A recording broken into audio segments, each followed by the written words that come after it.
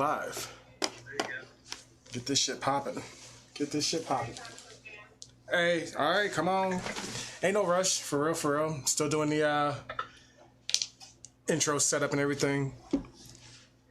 Got dinner for the fiance, and damn Chipotle gave me the wrong order, like the same name, just the wrong fucking order. You know what I'm saying? So that was obnoxious.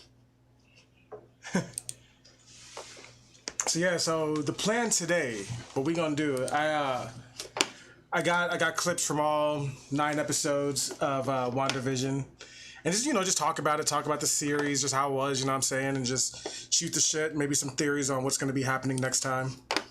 Don't you shoot your shit at me. I put a shirt on just for you. There we go. Not bossy. I dig it. Hell yeah. Yeah, I'm not bossy. I'm just better than you. Okay. All right. All my clothes on. I feel like I'm appropriate. All right. I have cookies, marijuana, coffee. We're good. Hell yeah. Hell yes. All right. Well, then let's get this shit started. So I don't even know if there's anybody in here. Name. Yeah, that's a homie. It's a homie Scat Brizzle. Like Skeet. No, Skeet. Skeet. No, I was thinking Skeeter, Doug Funny's best friend. I was like, that is so fun. I'm like, oh, he's like the white version of Skeeter, because we all know Skeeter was a black dude. So We all know that for sure. we all know. That's kind of funny because Scat, isn't your favorite color green? It definitely is. Well, Skeeter was not. Was Skeeter green? No, Skeeter was blue. Like turquoise? Yeah. The green dude was the asshole. He was the bully. Ah. See, I'm already beating you on the nerd stuff. Already. Let's do this. Let's fucking do this for sure. Well then, let's get this Doug shit. Funny. Where is he? There he is. I have Quail Dog. Quail Dog, huh? Nice. Yep. She came Yeah. prepared. Nice. Oh, no, they just live around me. Everything around me is shit. Like, look, I have shit. Yeah. That's how my main recording area is. I just got so much stuff, but that's all upstairs. I'm packing now, and we're moving into another place, and I'm about to fucking tweak out of office. Wait. Just wait. You have no idea the shit I'm gonna do. I have Lucille. I have a bloody Lucille bat, and I'm gonna have it hanging right behind me. Nice. With the barbed wire and everything. That's gonna be dope. That's gonna be dope. Yeah, Is that I want that fucking Deadpool face you have. This guy? Yes. You know the one I want. Yeah. You know what I want. He talks too. I know. I watched the unboxing like twice, and I made my husband watch it. Oh, hi there. My name is Wade, but my frenemies call me Let's Dead. go. Oh my God! Where's my body? What did you do with my body, you monster? Yes. I want that so bad. That's mega cool. I wish he was interactive, I wish I could talk to him. Great Like country, some of his things he or the says is random enough to greatest fit with whatever you're saying, but Yeah, it's just like it just moves by motion. He communicates. Yeah. yeah. Nothing to say? Okay, fine. So cool. Forget it. Check out this shit I got today. I tried to put it on TikTok, but apparently it's an ashtray. Oh. Yep. Oh, They got. Like a little. mood lighting. So fun. Yep. Hey, got the when you get the stimmy, you gotta do some random purchases and shit. That's IRL. All right, so I'm gonna go. It's gonna be fun. Yeah, it is. Yeah, it is. I actually got Scat on his last. He was a local rapper until he got out the game. But I got him on this song of mine called "Keep Calm," and that shit is still one of my favorite songs. My man Scat comes through with the most Weed anymore. right, most professional sounding voice. Why'd you get sober, bro? Yeah, Life now. That's not fair, man. understand that. I can understand that. No, it's okay. Everybody grows out of stuff sometimes. I don't know how old I am, so I just fucking forget. I don't fucking know. Shit. Skip, when was the last time you heard that song? Bet it's been years. Nah, it was SoundCloud or something like that. It was on your, I think it was SoundCloud. I heard it. I don't know, recently. Nice. Maybe like a year ago. Not recently. You know. Right. Well, shit, you know what? I'm gonna throw that shit on for old time's sake while I get this video going. Because why the hell not, you know? Yeah, why the hell not? Let's do this. I want to. You know, the only episode I did not watch was the season finale, so I am super excited. You ever watch the season finale? You didn't watch it? Oh, man. Well, I hope you know I plan on spoiling that, so... Well, listen, I already know the story. Yeah. Right? Like, it's not nothing. You're not going to spoil anything for me. This is, I want to have fun with this whole thing. Like, but no, you're not going to spoil anything. I already know what has to happen. Right. Yeah, like, it has to go a certain... There's only so many angles they're going to go here. So, you know, watching the entire season, I think I got it in the bag. All right. Well, yeah, for sure. Yeah, it's I mean, don't get me wrong, yo. That shit was it was a good season finale. It had a lot of questions. Like thinking back on it now, I'm like, some of this shit. I'm seeing people talk about Ultron. Yeah, there was a lot of shit about Ultron. A lot of references to him. Can you guys hear that? How can you do anything with Vision without, you know, talking about Ultron? Right. Exactly. Can you guys hear that all right? Nice. Yeah, I see my boy Job Diaz up in the chat right now. 3 days till Justice League. I'm looking forward to Justice League. What you guys think?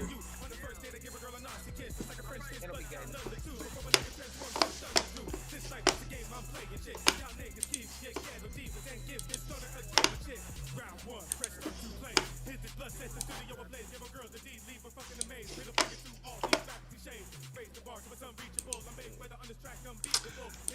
What was that? I couldn't hear that last part. Said I'm gonna watch Falcon and the Winter Soldier.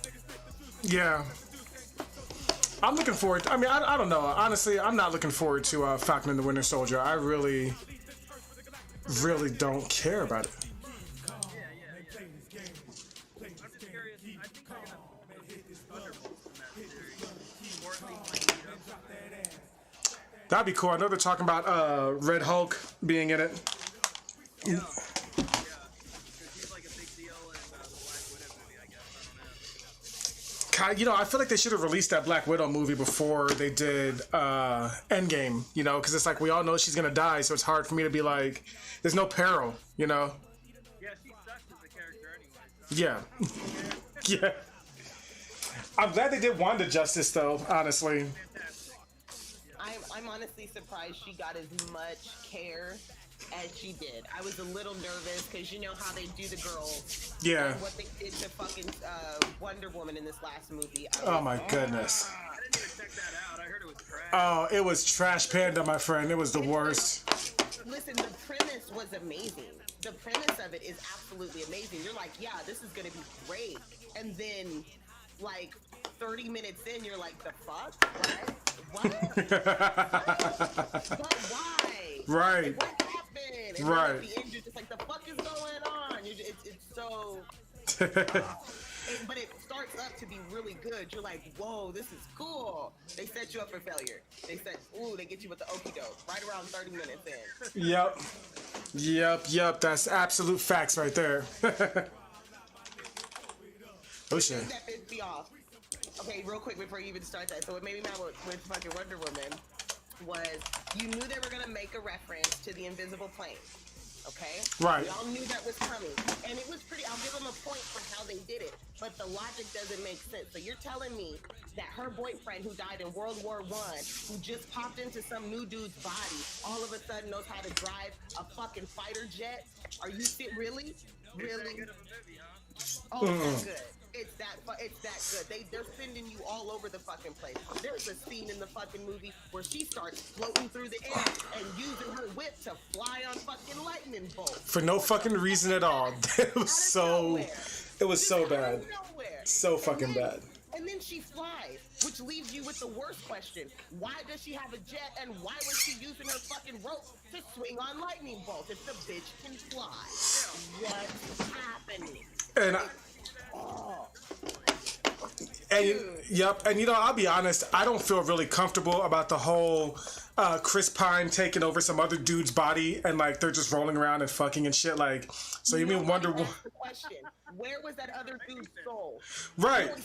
He just jumped in a dude's body. Where did his soul go? Is that dude dead? Nobody answered the question. He was just gone. Where's his family? His job? Nobody's asking where he is. There's just so many questions. Bruh. And then it's like, what if dude was gay? And this straight man conscious is jumping into his body, and his soul is just in the back watching, like, no, that's it's so fucked up. It is so fucked up. So fucked up. So 30 minutes of good shit, and then it just turns to shit. Oh man. And then the whole movie's just a hot mess. I feel like they put DC back like 10 films with that one. It's bad. It's really bad. When they were already behind. Yep. Yep. All right, so I'm gonna go ahead and start up this. This is just clips. I didn't put no audio behind it because you know how fucking YouTube is with the copyright shit and whatever like that. Mm-hmm. So it's literally just the clips of episodes 1 and 2. Did you catch all the little Easter eggs on this first episode? I caught a lot of them. What are some that you caught? I mean the nods to. I can. You can still hear the music in the background, babe.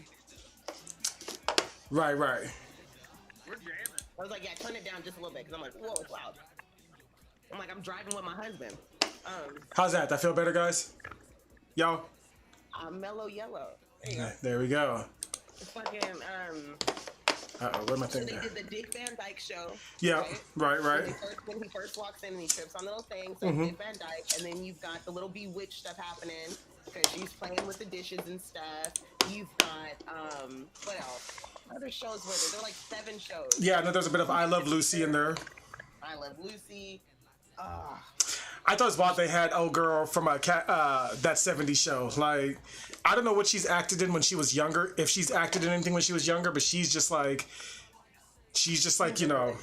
yeah, we could Google it. I'm not going to though, but we could. I could Google it. But she's just like the sitcom mom, you know what I'm saying? Like she's royalty now. You know what I mean? Were you waiting for her to laugh just like I was? Oh, I was waiting the whole time. Right, call someone a dumbass. They should have had this guy play Red playing this guy. That would be so sweet. Didn't it get a little creepy right there at this part when he choked? Yeah, and she's like, stop it. Stop. She says, yeah, I thought that was... So I'm a huge Doctor Who fan, and that reminded me of like the Doctor Who whenever like shit gets scary or creepy, it's always somebody repeating something over and over and over again. Because I guess over there in Britain, repeating the same thing over and over is terrifying. So they must hate little kids in the whole Y stage. Oh, you're being like nationalist now. Oh because, shit! Like we do that. If you go watch the old Twilight and shit, we do that too. And old vintage movies, it's just a trope. It's like this old scary trope. It's like, ooh, I'm gonna get you, and they all do that. It's weird. Yeah, I guess you're right, but I feel like Doctor Who really got that shit down to a really good creepy fact. I love it, like, whenever. Oh yeah. Speaking of which, I'm working my way through the new Doctor's first season. Don't do it. Don't you dare give me the sigh. I don't want to hear it. No, I'm not. Look. I want it to be good, and I feel like the writing of it is bad. I don't want to hear it. No, I don't want to hear it. We'll have a debate about that at some later point. We will definitely. Let me finish the season, and then we can have a debate on it because so far what I'm watching so far, like the Rosa Parks episode, I was just kind of like, I don't like this one. I don't like. How far back have you watched The Doctor? Because I've watched The Doctor all the way back in the black and white, the original 2 seasons of The Doctor. I mean, I've seen some of that, but I'm not gonna lie. I got on with Modern Doctor from the ninth Doctor on. So you need to go back and see Doctor number 5, Doctor number 7. Oh, I mean, don't get me wrong. I've seen them. I just haven't seen the whole seasons. You know what I mean? Skep, have you? With the giant scarf. Oh yeah, that's the fourth Doctor, man. He's a Tom Baker. Sket, have you seen any of the any Doctor Who? Nah, I don't mess with Doctor Who. He ain't for everybody. I'll be real. I mean, it's A lot of people can't get into it. my homie. He had to show me like the season finale episodes, so that way I can hear it. Miss Parker, Mutants over in here was good, homie. He says that your audio is low. All right, we'll turn it up. So, yeah, so what I got right here is just clips. So when I did my review episode, I just went online and just got a whole bunch of clips from like other fucking channels. I'm not gonna lie. You know, I don't know how they got the clips. Like as soon as the episode came up, I'm like, whatever. Let me go on ahead and borrow this shit. You know exactly how. Well, if you don't know, I know how they did it. I mean, I know how I did it. I know how I got it off that shit. Found your boy found the loophole. I know a lot of people, they weren't fucking with the show when it was these first 2 episodes. They were kind of like, because I remember online, Sket, you remember on our Facebook when everyone's all like, I don't get it, I don't know, man, I don't get it. I think those are people who didn't like it. Mm-hmm. It's got to set up groundwork. No, they wanted to see a movie, right? Like these people were expecting a fucking movie and they don't know the comic book story. Yep. And that's anybody who doesn't like it has never read the comic book. You didn't see Vision when he had a family, okay? You don't remember Vision like that. I do. I remember Vision killing people. His whole Vision was a beast. Yeah, Vision was something else. Yeah. Yo, Catherine Hahn, she did a fucking great job as Agnes/Agatha. I don't know if I can ever picture Agatha any other way now. Like, I don't want to, as much as I love the comic book Agatha. Right? I think this is the perfect version. This is her at her best. Bro, I thought the whole time Dottie was gonna be somebody. Oh, yeah. I really thought Dottie was gonna be somebody, but no, she was just fucking... They reveal Miss Parker that she's just she's somebody. She's not like anybody comic-wise. She's just a random-ass citizen. She's another trapped soul, but yeah, they kind of played it to where she may have been important somewhere down the line, but yeah. We all thought she was Mephisto. Everybody was Mephisto. That fucking crank is Mephisto. The rabbit's Mephisto. Yeah. Fucking, I'm Mephisto. Ha ha ha. The theories were really fun, and this episode was good too. This one had me cracking up. It was Oh yeah, I loved this part, honestly. Yeah. And I thought Elizabeth Olsen was... She really did. I was like, yo, this is something right here that they never really... They just like dangled something in front of us and was just like, whatever. And it was super sexy in a classic way, right? Like it wasn't perverted. She wasn't half naked. Right. It was so fucking Was there very classy, you know? This part right here had me a little confused. I'm not gonna lie. First time I saw it, I was like, the fuck? And I still am not understanding why. But then as we go further into the season, that callback, it made sense. I was like, oh, okay. Yeah. But at the same time, they still never really, you know, like that guy who was like Agent Franklin, and they never really... Remember, he's the first guy who went in. Yeah, but like, I wonder what happened to him. Like she kind of rewound him out of it. Right. Yeah, he just... And like, he was in a bunch of the trailers too. We thought he was going to be some big shit. Maybe we'll see him come back around, but then again, I didn't see the finale, so I don't know if we broke the hex yet. So... Yeah. I don't know. So you have to tell me, I guess, when we get to the end of the episode. Yeah, I guess when we get there, I'll have to tell you. Yeah. They were really throwing out all the, you know, all these hex symbols and everything like that. You know, but that was really cool. I really enjoyed the mystery, you know, like all of us thinking, like, you know, like me personally, I was thinking that because hexagons have 6 sides, that they were, you know, that was the, you know, something with the devil. You know what I'm saying? Yeah, I thought it was... And let's just get... I was really focused on the commercials. Oh, yeah. What led me to the hexes. And so I'm like, no, these are the stones. We're moving through all the stones. This has something to do with the spirit stone. I need to focus on these hexes. If you know, the hex was on... the hex is in every episode. Yep. And the hex is on every important object in Yep. every episode. So it's like... So I will say this, even though a handful of my theories were proven incorrect by the end, I do think that my very first theory, that was Wanda is being set up as the next big bad, I think that's still, like, up there. I don't think that's been disproven yet. Because... I don't think she's gonna be a bad guy. You don't think so? I think they're gonna do the Phoenix Rising. They're gonna let her be a bad guy. She's gonna go over the top, and then they're going to allow her to come back and, you know, redeem herself, just like Phoenix does, just like Jean Grey does. I think that's what they're setting us up for here. What do you think, Scott? I think that they're gonna use her. She might come across as like a bad guy, but I think she's gonna pull something out of the dark hole, like in the very last scene. I think she's like gonna be searching for the kids the best way that she can, and she's gonna like bring something, like either like Mephisto, or she's gonna bring I don't know. I don't even know if they'll use Mephisto. They might use Nightmare. They might combine it like they did with like Whiplash. You know what I mean? Yeah. Done with MCU. I heard they can't use Mephisto because China cannot allow depictions of the devil on their televisions, and because they are such a huge market.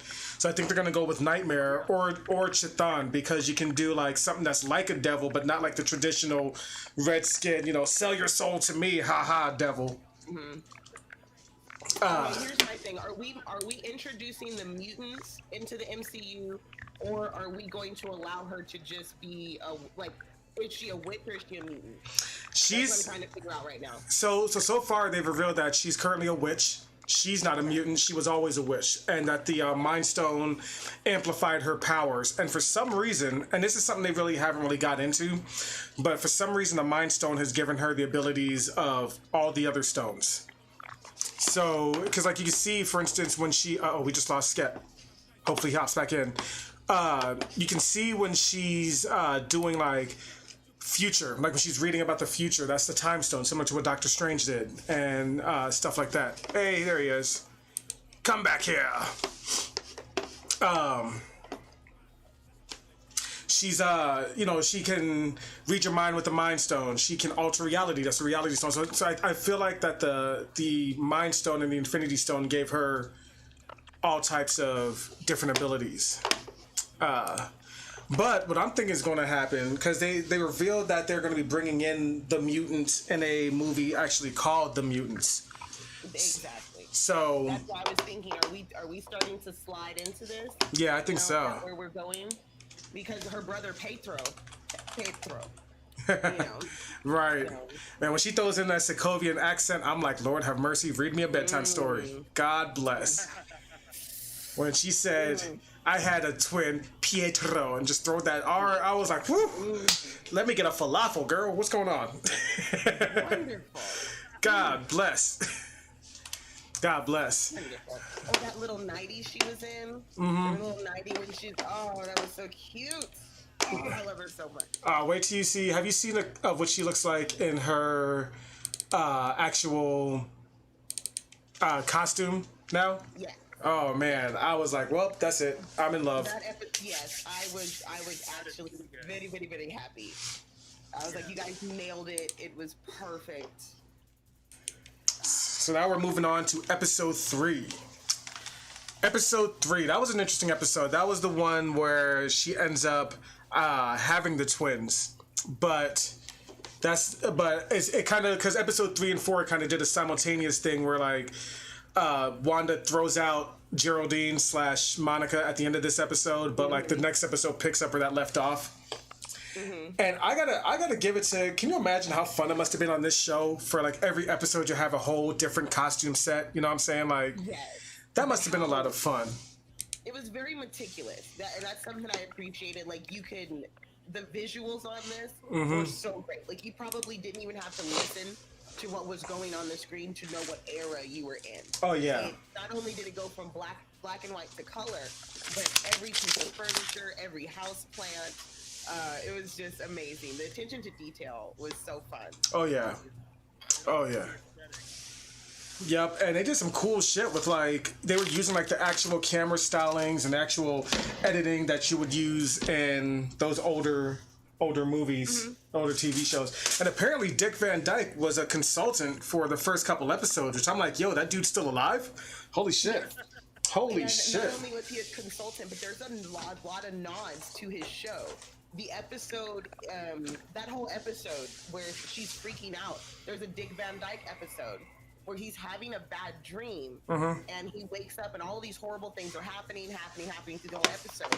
And then he wakes up at the end and he realizes it was just a really bad dream. This is kind of what's happening to Wanda in the first 3 episodes. You see her waking up, and they did a lot of really nice little subtle nods to that, and I really found that to be fun. You know? Agreed. Even like when she's sitting there talking to the camera, because it's like The Office, right? Yeah. These really good Office scenes. She's talking to the camera, and then she hears herself talk back. So I'm not gonna say that. I mean, we find out later that's who's talking to her, but yeah, that was a really cool. Her like, wait, you're not supposed to respond.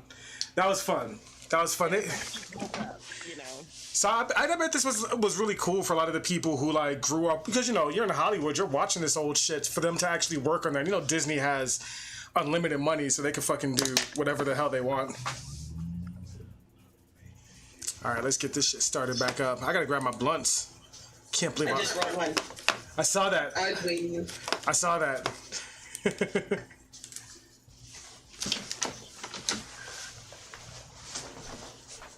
Yeah, the color transition was epic too.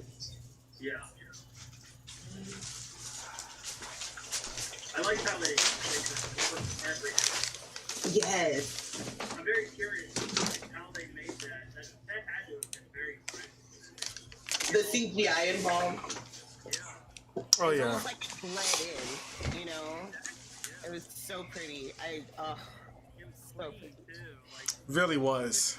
you couldn't even tell that it changed. One. And the way they tracked their eyes, like you felt like you were a part of the magic. That might have been one of the most engaging scenes I've ever been a part of, even outside of like 3D stuff, because I love Avatar. I watched that in IMAX. That was amazing. But for this to just be a televised show, it brought me right there. Like I felt like I was a part of it. It was so cool. Job Diaz, he says it was so cool and comic accurate. He's talking about the finale, but it turned out like a generic Marvel, and it was so colored by numbers. That's why most of the movies are skippable. I get that, man. I mean, if it ain't broke, don't fix it. You know, it does turn into a big CGI fest with a light beam going into the sky at some point. Uh-oh, we got Black Guy TV in here. Oh. Yeah. Huh? Yeah, look at him. No, I'm just... Yeah, I love all the memes that came from this show too, especially with Agnes, man. Like that hard wink she does. You know what I'm talking about? That was like just meme. Oh, meme worthy. Beautiful, dude. I want her everywhere. I didn't realize that I loved her so much. I didn't realize I loved to hate her so much. Yep. Just, She did an amazing job. She really did. She was like straight up the nosy neighbor, but she had that alternative motive, Yeah, and you wanted to like, right. Even though I will admit, because we knew that was like all of us comic nerds knew who she was from day one. When the reveal happened, it was kind of like, meh. Okay, we know. Episode 2, I knew. Yeah. Episode 2, I knew exactly. Because I'm like, okay, the purple, the brooch. Okay, come on. All right, I know who this is. Right. I figured it out. Yeah. She's very identifiable. Yes. Yep. For sure. But she still played the hell out of that role. I gotta give her like, she's from Saturday Night Live, ain't she? Or something. Where she originated from. Yo, she was awesome wherever she comes from. I know that like what I loved is how they still mirrored how Agatha was a teacher, because Agatha really did teach her. She wasn't necessarily always nefarious. Yeah, she was just, you know, person. She was there to kind of guide her as a witch and show her all the good stuff. And in a way, she really still does that in this story. She really is guiding and getting her to the next level. You know, so I appreciate that too. For a comic book nerd, I think they did great. This is like a solid 9. Yeah. You know? Yeah, I agree. And it shows, you know, one thing I like is the fact that they're showing this reality warp and shit, this cool shit, like showing that it's working in the live action, so we can start getting some really, really intense comic shit. Like, that's what I'm waiting for. That's why I feel like that's why I'm not looking forward to the Falcon and Winter Soldier show, only because it's like, all right, they're gonna be shooting guns and flying around. We've seen that so much. I want to see some. Give me back to the cosmic shit. Yeah. Give me that cool shit. That shit that don't even make sense. Give me that shit. Well, and I think there's a lot of people that aren't ready. There's a lot of people that did not get into this comic book. You know what I mean? Like, this is a small niche because they're not necessarily mutants. These aren't superheroes. What we're talking about are witches and warlocks and demons and angels, and you know, it's a whole different situation. So there are a lot of comic book fans, and I've talked to them. They get all pissy about this. They're like, "That's not a real comic." So there's that debate, you know. Yep. I don't know where it falls. Is it going to be like supernatural? Is that where we're going, Marvel? Yeah, right. You know? Marvel's like, we're going to do whatever the fuck we want, and you guys are going to like it, and you're going to spend money on it. I will, yeah. It's about to get real crazy. Yeah, it is. We're probably going to go into the Secret Invasion next, aren't we? Oh my God. Who's playing Blade? Mustafa Ali. Oh, I gotta see him. Yeah. Okay, I'm down. I'll take that. That'll work. Yeah, that'll work. Hey, Wesley Snipes was a dope ass Blade though. Let's give him credit where, even though apparently he was an asshole in the third movie, like he was hard to work with. Because he was broke. Right. From the IRS. I would be too. Shit. I would be too. He wasn't an asshole. He was stressed. There was a scene where he had his eyes closed, and the director was like, "No, open your eyes for this scene," and they were like, "No." So they digitally added eyes, open eyes. Yeah. Man, that's some super petty shit. Super petty shit. Yeah, then he gets out of prison and plays a gay cameraman in the Dolomite movie for Netflix. It's great. You know, what's her name? The way Geraldine's acting right here reminds me so much of my mom. You know, my mom, she's a church-going person. She used to sing a lot back in the 70s and 80s, so she definitely had, you know, that whole swag to her. You know, she shows us pictures of her with the fucking afro and shit like that. And I've seen her, you know, when we're trying to leave from church, and she sees somebody, she does a whole, "Oh, girl," and sit down and start talking. I'm sitting there like, bruh, why? There's such thing as a telephone. Y'all need to go somewhere. Oh yeah, no, you never leave church. Church is over at 11, but you never leave till like 1:30. And they're talking. Just talking. I thought it was weird. So it shows in this scene, it showed a clip of it that Vision ran with super speed. So I remember when this episode first popped up, I was thinking that Vision was... I thought that he was that Vision was inhabiting Quicksilver's body or something, because Vision never had super speed in any of the other movies or anything like that. But then it just turned out that Wanda made him, so I'm like, okay, maybe she just thought, hey, it'd be cool if he was fast. or something. See, I don't know. Congratulations. Achievement unlocked. Right? You leveled up. Are they introducing? Because I mean, eventually they're gonna have to bring in all. You know what I mean? Yeah. They have to bring him in. So are they introducing him? Are they giving us the concept? You know, dropping that little seed, like, hey, you guys, here we go. We're gonna ramp up into this different storyline. You saying that does make me wonder, when they do introduce the mutants, is Quicksilver coming back? He has to. You know what I'm saying? But I wonder if they're gonna do like an alternate reality thing. That's like this whole multiverse of madness shit sets up such possibilities, which is so much fun because they can do whatever. They can be like, they opened the wormhole, man. Yeah. Yeah, they opened it up, and there's no way to close it at this point. So Nope. I think, you know, if they're gonna tell the story, I think for merchandise purposes, Quicksilver's coming back. The story's more fun with him there, and I think it would be, that's what's gonna happen. You know what I mean? How many times do we bring back fucking Voltron? right? How many times does Starscream comes back? Every episode. King Right. dies and comes back every episode. That's gonna be Quicksilver's thing. He's gonna keep on dying. Fuck it.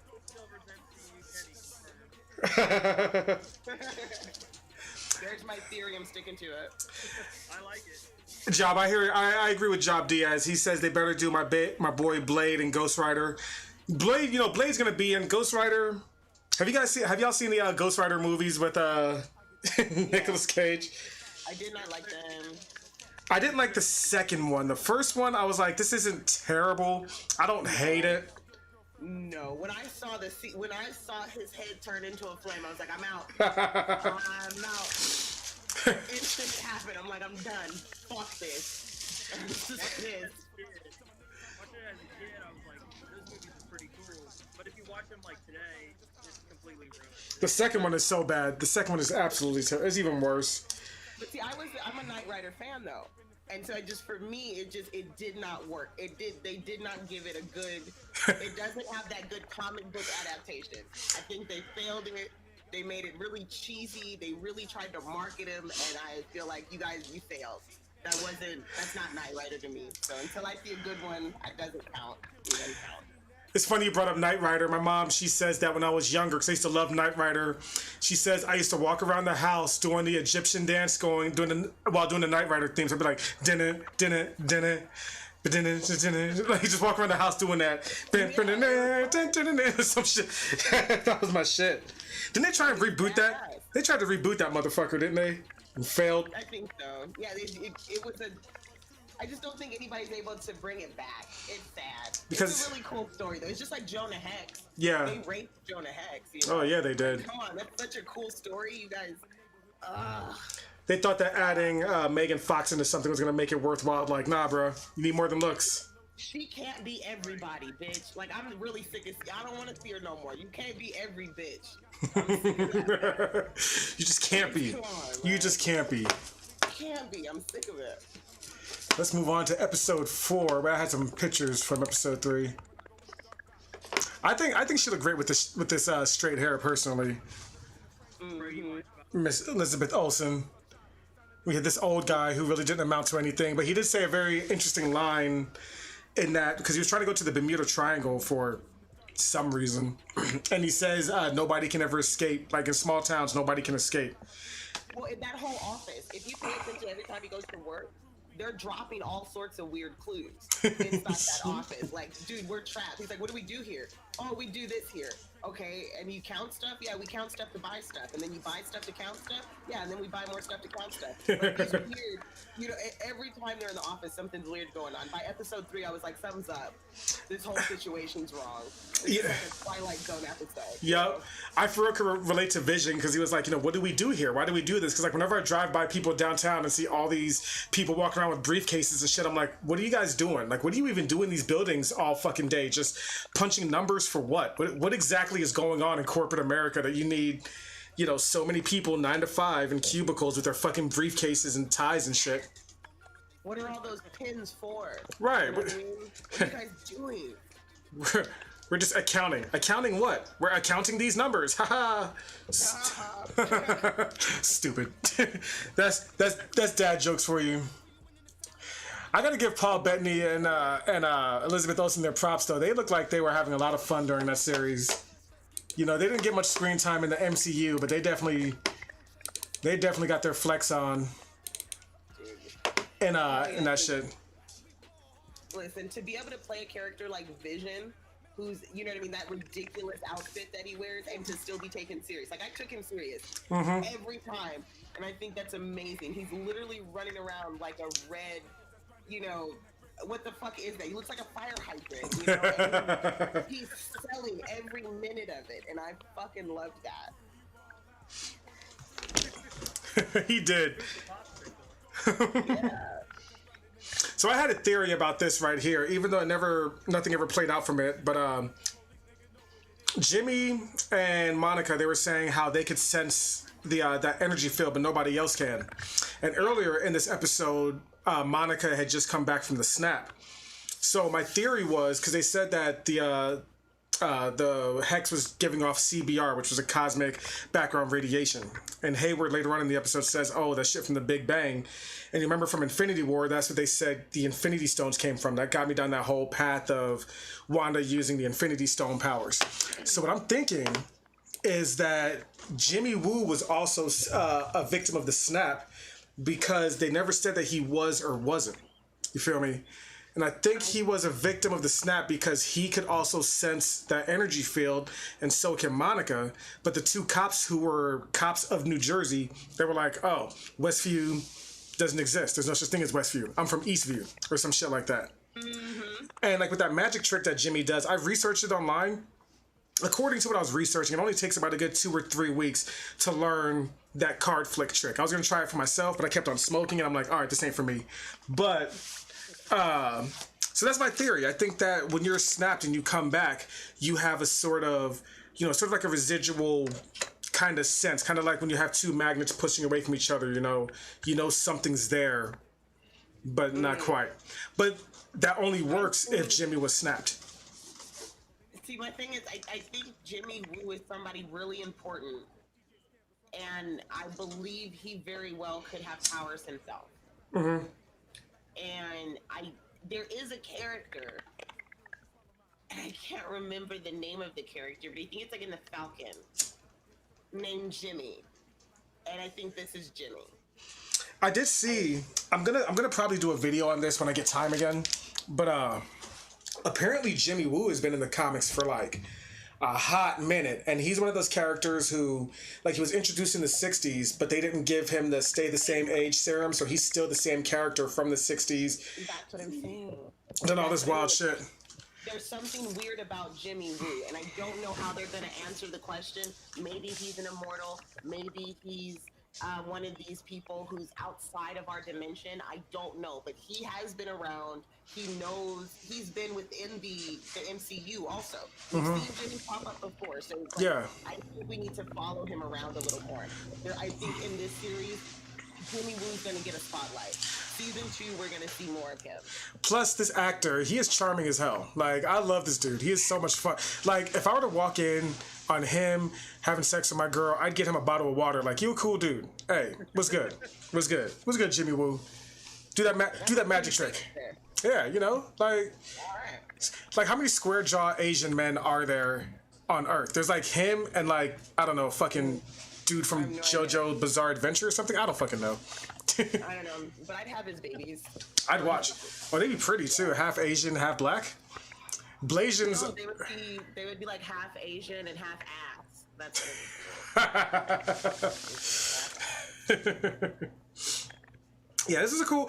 I thought it was cool them showing like how quick. It was weird. With this episode, and like they really never mentioned later on in the series, is how Hayward, like, he didn't know what was going on. They only sent Monica out there to assist Jimmy on a missing persons case, and then she got sucked into the hex, and then they came out and started this whole operation, and now Hayward's like, oh, I'm searching for Vision. Ha ha ha. It's like, bro, you have a vision. So I don't really understand. Like, I kind of feel like they kind of made him a bad guy without really giving him much. Yeah, like, I never thought he was anything more than just a human. I've seen some theories online that are like, oh, maybe he's Mephisto, or maybe he's pulling the strings. I'm like, no, he's just some scared older dude who survived the blip. Like, I'd probably do the same shit if I was in that situation. If half of existence vanished, I'd be like, let me make a weapon because the Avengers failed. Sorry, bro. Sorry, Cap. Well, here's another fun thing about the MCU. If any great fan of the comic book series knows, every ripple has a major effect in the end, right? Like, that Marvel is good about telling a story in small increments. And you'll see a cup fall off a table, and 52 episodes later, it was the reason why the whole world ended. Right. So, I think, with this is something else I really enjoyed about the whole series. They gave us those small little tidbits, all of those Easter eggs, and I do think he very well, again, may be a good character. I've seen a couple of the theories. We might be right, but I don't know. I just don't know. I don't want to hold my breath, and I don't want to be wrong, but I'm super excited for the ride. I just hope he's not a goddamn Skrull. Like, please don't make him a Skrull. For God's sakes. 5, WandaVision, Wanda wakes up, it was all a dream. I wonder if they would do another, like, they couldn't really do another season of this. He wasn't? Yeah, I mean, he definitely, he became, like, very, like, comically bad guy towards the end. Like, even going as far as shooting at the kids, like, he was definitely, Hayward. Hayward. Hayward. Yeah, man, he was not a cool dude. I didn't understand why he was such a liar. It was really neat that he kept everything under wraps, and he should have been more open with Monica. I feel like he was just trying to swerve Monica, like, throughout the whole series, honestly, like, from the get-go. He's like, all right, go to New Jersey, do this thing real quick, get out of my way so I can do my thing. Mm-hmm. And then, you know, he had to go because he was trapped. So he gets like, all right, well, we got to get rid of Wanda. We got to, you know, set the tone. Just like he was talking to Jimmy Woo at the last episode, how he's like, you could be a hero, blah, blah, blah. And he's just like, he's a manipulator, too. He really is. I feel like he's power hungry, too, because he was the acting director. Yeah. You know what I mean? And he knows if Monica wasn't snapped away, that would have been her. Exactly. Yeah. I think he may be up to something nefarious. Trying to get rid of her. But see, why would he know to get rid of her? You know what I mean? That's one of the big questions. Why would he know to continue to try to distract her and get rid of her? Yeah, like she was only back for a couple days. I didn't understand why the fuck. So with him being the acting director of, either he already knew what was going on there and he knew who she was, which means we really need to pay attention to him, or he's nefarious and he's trying to keep her out of his hair and, you know, don't see what my left hand is doing type situation. right. That's what I'm saying. But one thing that I really didn't get was the fact that, so with him being the acting director of S.W.O.R.D., that meant that he was the same level as Nick Fury with S.H.I.E.L.D. So why did he keep Jimmy? Well, I guess I understand Jimmy because FBI, but why did he keep Monica in the dark? She was a S.W.O.R.D. agent as well. She could have known about, you know, the alternate vision. Like, babe. That's what I'm saying. You know, so like... Either he's purposely deceiving her because he knows who she is. You know, there's something going on there. I think he was shook. Yeah, I agree. I'm gonna say that this episode had the best intro though, because with Monica coming back from the snap and like all the pandemonium happening, that shit, like I was on the edge of my seat, like holy shit. Because you know, Spider-Man: Far From Home, they did it funny, you know, like the marching band comes back, but it does pose some questions. Like, what if you were flying in a plane and it got blipped away and you come back? Are you still like floating in the air and just fall to your doom? That's what I'm saying, dude. At some point, physics. That's one thing I get. I try not to think too much about, because you think about, okay, Superman flies. How does he fly faster? Yeah. Is he like? Yeah. What he's clenching his butt cheeks? What do you do? Yeah. Fly. He doesn't have wings. It's all in the glutes, baby. It's all in the glutes. Yeah, what's propelling Superman to fly? You know what I mean? It's just you can't ask those kinds of questions sometimes. Don't go there. You just have to spin reality. You really do. You really do. Yeah. I think for the blitz, like where you were snapped away from, that's where you would be. Like, for example, like if you were in a plane, like you would land back in the plane itself. Okay, so not just like floating in the air. You know, Okay.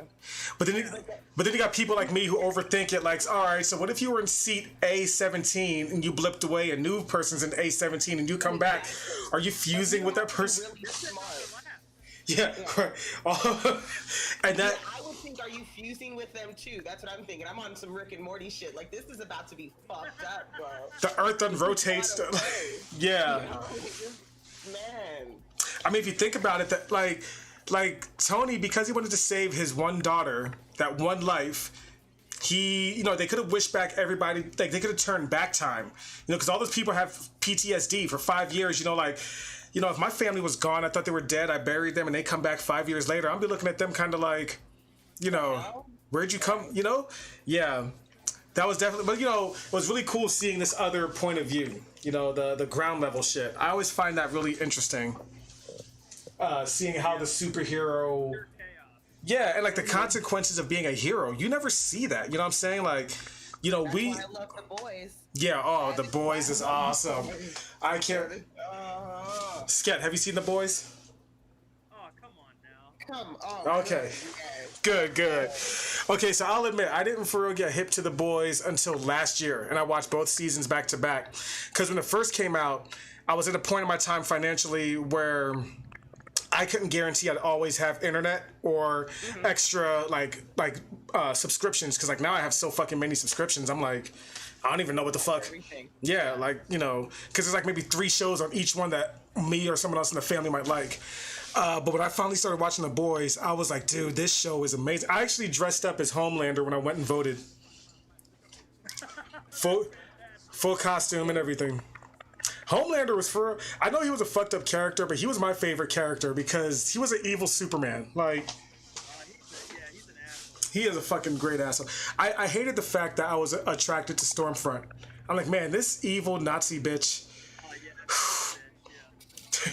I'd be like, fucking, say that evil shit one more time. I liked it. She was hot. That show is so dope. The angry sex. I was like, ooh, superhero sex is amazing. Is this why Batman is just always just going? Smush that dude's face in. Yeah, I don't know why he's so in love with Diana, right? Like, you know.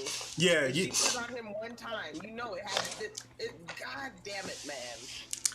Man, that would be such a great sex tape. Superman and Wonder Woman just like fucking going at it, plowing through mountains and shit like that. Like, fuck this regular ass reverse cowgirl that fucking Catwoman can do. Nobody cares about that. We want to see, you know. Like, what happens if you're having sex with Wonder Woman and she hits you with the whip? You know what I mean? Like, what happens then? Like, you know, these are questions that really we need to be asking. These are the serious questions. These are the for real serious questions. Yeah.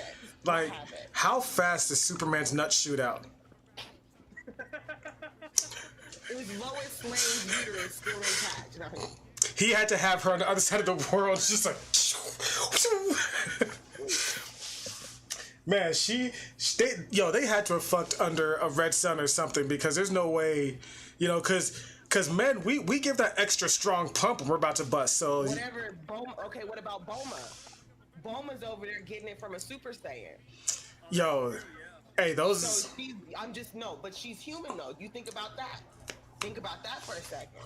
Okay, you got two human chicks who are having Super Saiyan babies. Those are some badass bitches right there. That's why I love. Oh, that is absolutely right. That is absolutely right. Lord have mercy. See, these are the questions that motherfucking Geekdom 101 needs to be fucking covering on his channel and shit like that. Like, hell yeah, I absolutely agree with that. How? Right? The real Dragon Ball hentai. It does make you wonder with all this shit. It does make you wonder with all that shit. Would Batman still be an effective hero on antidepressants? Absolutely not. Absolutely not. He is fueled by his depression. He'd be Elon Musk. If Batman wasn't depressed, he'd be Elon Musk or some shit. That's fucked up. No. He'd be some. Yep. And shit. Fuck, man. He'd be boring as fuck. He'd just be like any other rich white dude. Like, he needs to be depressed. That's a funny what if episode though. I would watch the hell out of that what if. God, Batman goes to therapy. like Batman goes to Harley Quinn.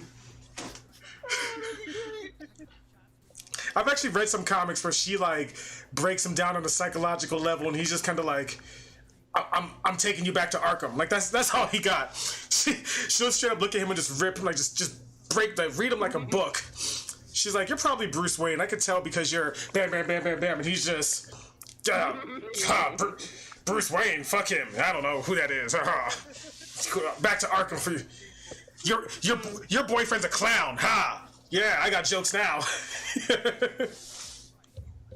That's freaking awesome sauce. Somebody needs to make that fan fiction for me. I want to see Batman on Prozac.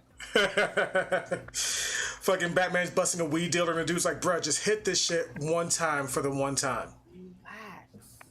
All of a sudden, Batman's sitting there like, bruh, I'm a fucking bat. Man. Or some shit. That what bat sound like? A high bat. I mean, a high bat, yeah. Yes, they would. So this is what I think. I think we're on episode 5 now. So I love this one because she's looking like it's all from Full House, where her sisters were from. So I bet that was a fun thing for her to act in. Mm-hmm. And then you go into Malcolm in the Middle, Full House, and I think there's one other one they threw in there. Man, so I did a video explaining The Boys. Yeah.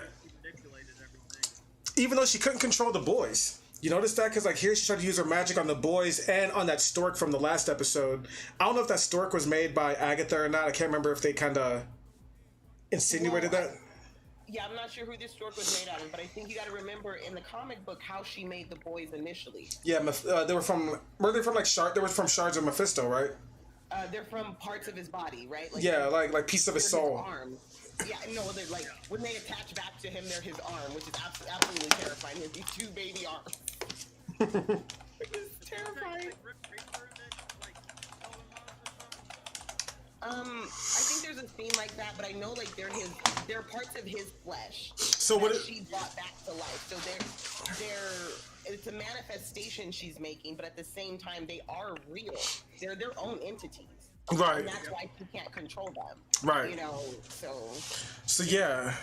Yeah, and like I think that's kind of because Wanda was able to use her power to like reset the Vision twice, you know, in the past couple episodes. But this, she couldn't use her magic to stop the babies from crying.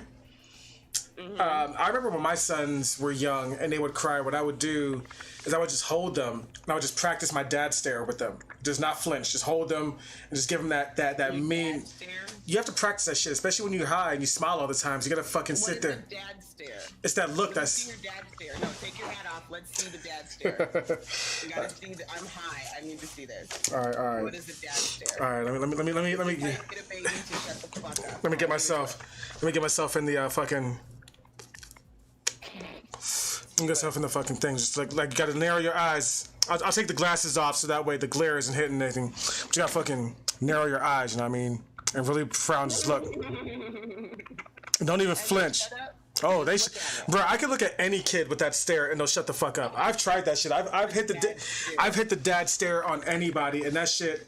Bro, there was one time, so I used to work at this awesome restaurant called Dick's Last Resort where I got to make fun of people and be a complete asshole for, I got paid for that shit before they closed down. And I remember there was some kid, like, away from the server area, and this kid was just jumping up and down and being a shit. I just looked across from him at the restaurant, just giving him a dad stare, just mouthed the words like, "Sit your punk ass down," like just growled it through my teeth. And this little fucker heard me and stopped and sat down and put his head like that. And I walked over. I'm like, "Hey, I'm sorry, man. I didn't mean to." And it's like the grandmother and like I guess her and her daughter was like, no, he needs that because the dad isn't around. He needs that. I'm like, yeah, well, I got sons, and I don't fuck around, like, so that dad.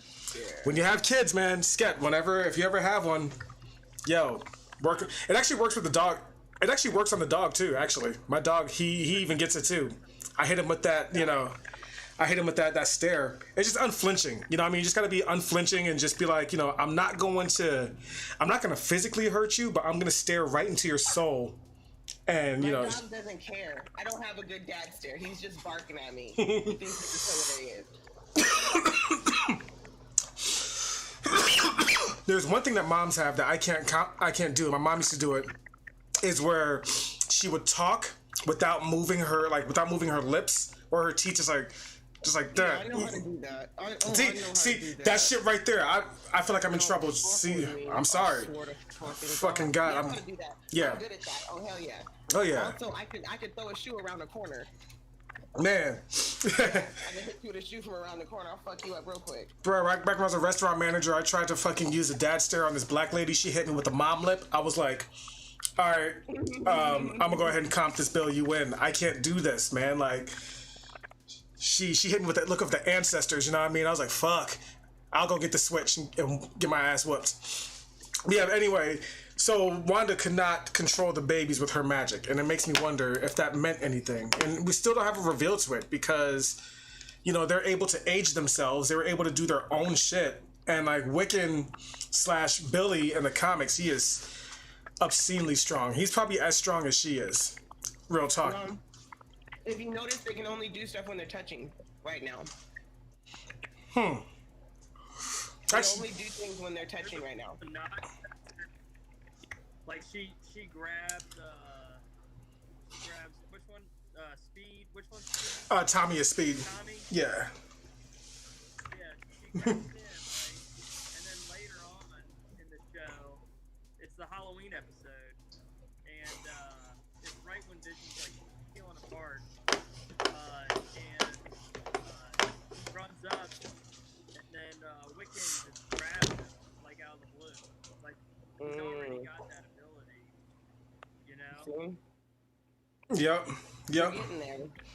And like I was when I was researching these characters, I really didn't know much about Wiccan and Speed that much before this. Like I didn't read Young Avengers, you know what I'm saying? I really didn't care much about it. I knew about the whole thing about Wiccan being gay and getting married to Hulkling, but like that didn't bother me. I'm like, whatever, you know, that's cool. You know, when It's bound to happen. It was. Listen, comic books are progressive. Oh hell yeah. And I was glad. And like reading how powerful that dude was, I was like, bro, you know, they got themselves a dope ass fucking thing, you know.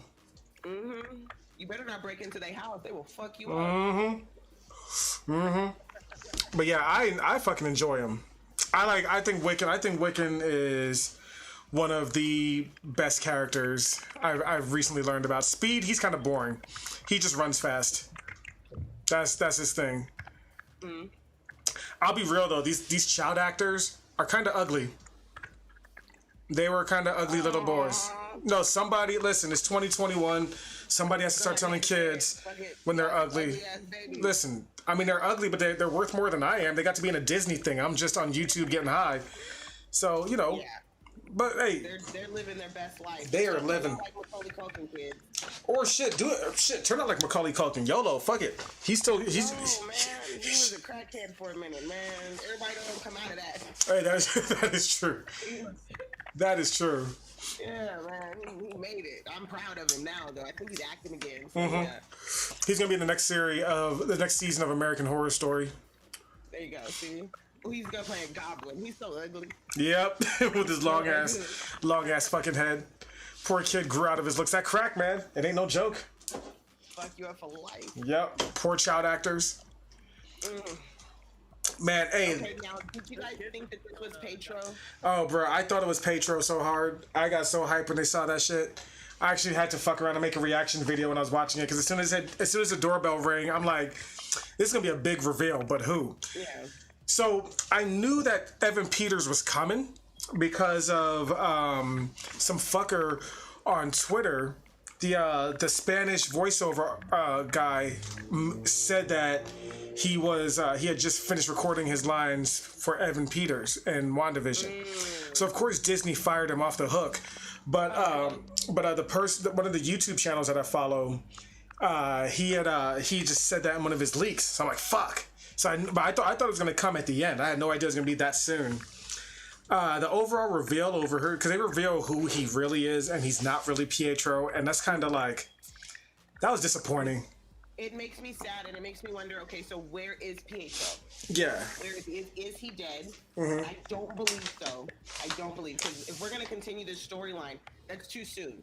It's too soon for him to be completely gone. So, and there's more things that have to happen with them together. So I don't know. I don't know how they're going to bring him back in. I don't know how he folds back into the storyline if that wasn't him. In this video that I made, I was actually pointing out where each commercial was a different stone. See, I was telling people that. I was telling fucking Monty that. We were watching it, and he was like, no, I don't think so. And I'm like, dude, that's a face right there. Do you not see the time? You know, every single commercial kind of, it literally represents a difference. So he's like, no. I'm like, shut the fuck up. I got mad. I just got pocket for it.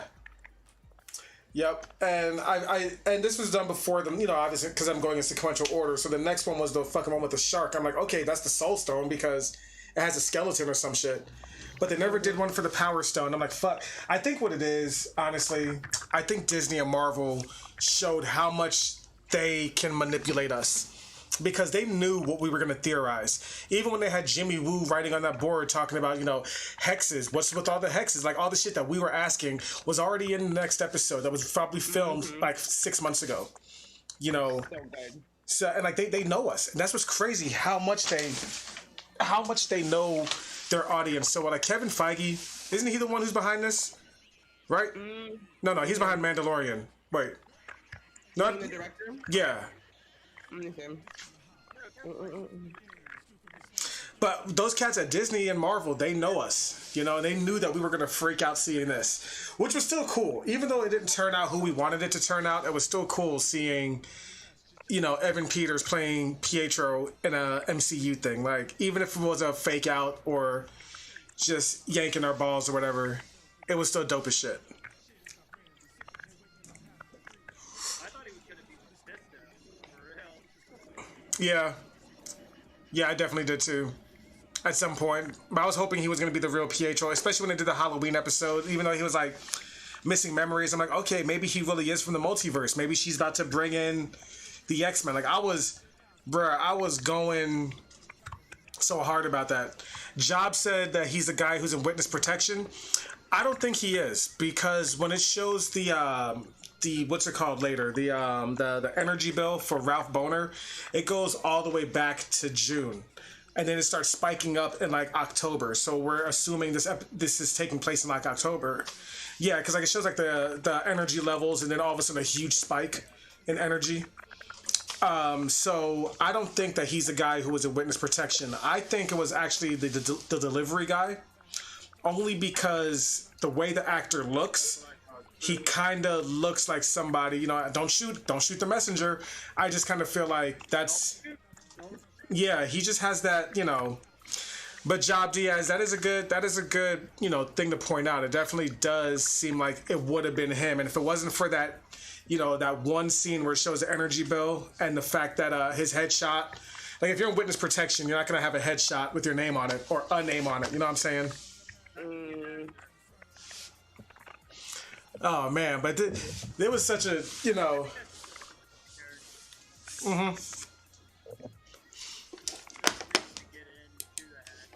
Yep. And I don't think they're ever going to bring him up again. They had some awesome shots in this episode. Like when Wanda came out of the Hex and went off on them, you know, you leave me alone. She turned the motherfuckers. I'm like, yo, this bitch is dope as fuck. Like right there, this scene made me a fan of Scarlet Witch in the MCU. Like I was enjoying the show, you know, but I was like, I want to see her do something that's gonna be like, make her badass. And they were like, bet. She came out that motherfucker like. It was like Daenerys and the Fire. Yeah. It was her Daenerys scene. That really was. It was her introduction. She had on all the red. She had the power. She was not afraid of shit. She came out to punk some bitches, and it was amazing. Yep. They even had the wind in her hair. Yep. It was perfect. It was just a perfect superhero moment. Down. Yep. And you know what? I completely agree. I think that she out Daenerys, you know, whereas by season 8 of Game of Thrones, Daenerys went downhill. This one just kept her ass like, we're going to end off with her becoming that dragon queen fucking Scarlet Witch, and we're going to be like, oh, we ain't done. She's still going to be badass. Because it gets so much better, and that's another thing. Like, if you don't know about the Scarlet Witch, she is an amazingly powerful character. Amazingly. She is a Nexus being. She is, when she did that No More Mutants thing, it affected mutants in the whole multiverse. It was 98% of all the mutants. Like, that's stupid. That is stupid powerful. And she always has the best hair, and I hate her so much for it. Yep. All right, so I will say that Real Talk episode 6 right here was my favorite episode of the whole season. Introduce boys. Yep. Exactly who they are. Yep. And it had the classic costumes. It had Evan Peters acting goofy. It had us all like fucking going crazy. Like, what's going on? Then it had that cool creepiness of the whole neighbors all frozen and shit like that. This episode gave me a lot of Doctor Who vibes as well, with everyone being frozen or glitching or whatever. Here's something that I'm troubled by. Like, if that's not Pietro, then why is everyone else's costume perfect? Everybody else is on point. Every other costume is exactly who they are in the comic book. But that's not Pietro? Right. I feel like they're fucking with us. Right. Yeah, I feel like they're just fucking with us. Oh, that for a fucking boner joke.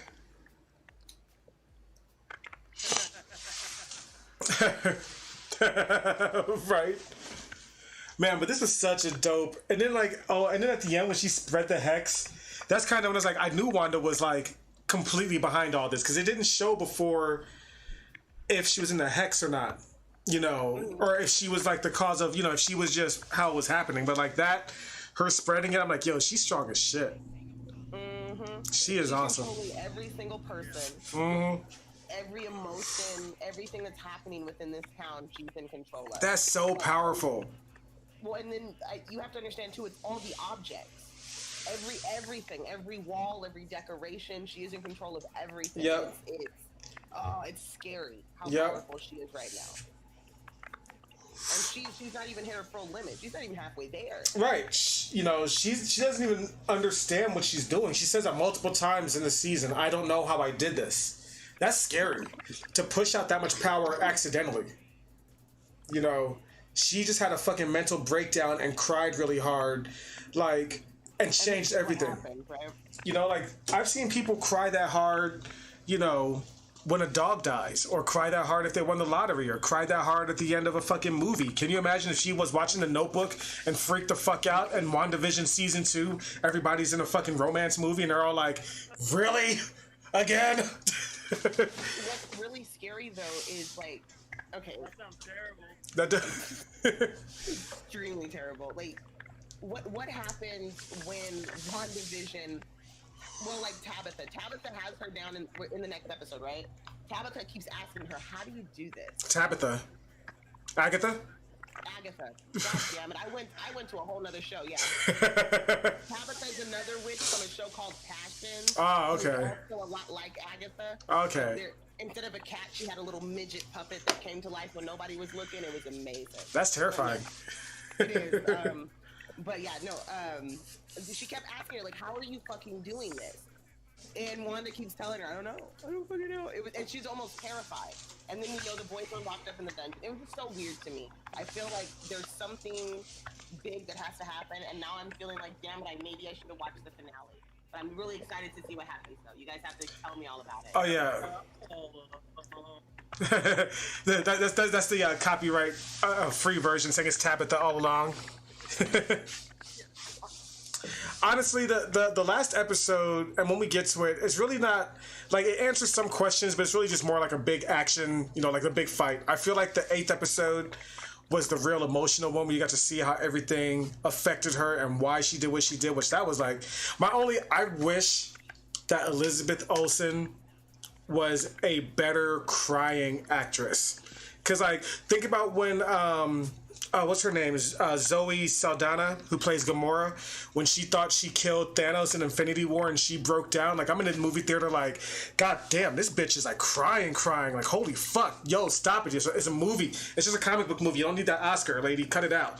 You know, like, she fucking cried. Here, Elizabeth, she did good, but I wish that she was just like, but I feel like she will get better. I feel like, you know, when she's in the Doctor Strange movie, she's going to have even more practice of doing this and be even better at projecting those emotions, you know. Mm-hmm. Oh my goodness. But yeah, man, this episode was really cool though. I mean, so here Vision, I don't know how powerful Agatha is, but Vision, like, he touched her head and it showed the effect of, you know, the yellow thing to make her unlock. But in that, it was Agatha all along. She's playing like, you know, she was. Pretended. Yeah. So I'm like, so what did Vision's little, like? Nothing. Was She didn't do anything. Yeah, she was just faking it. right. So I'm wondering if Agatha was ever under the control. I'm wondering if Agatha was ever under control in the first place, because there was a couple episodes where she was scared of Wanda finding out what she knew. You know what I'm saying? I think it's more because she was using the opportunity to study Wanda. That's what this whole thing was. Yeah. What I want to know is, how did she find out about Wanda? I think That's the bigger question. I think she says she detected all those spells. She said she detected all those spells going off at once, and she just wanted to see what was the cause of it. Okay, so she felt it from a distance. Yeah, which, Cool beans. if she could feel it, why the fuck didn't Doctor Strange show up? Shouldn't he be the first person to feel it?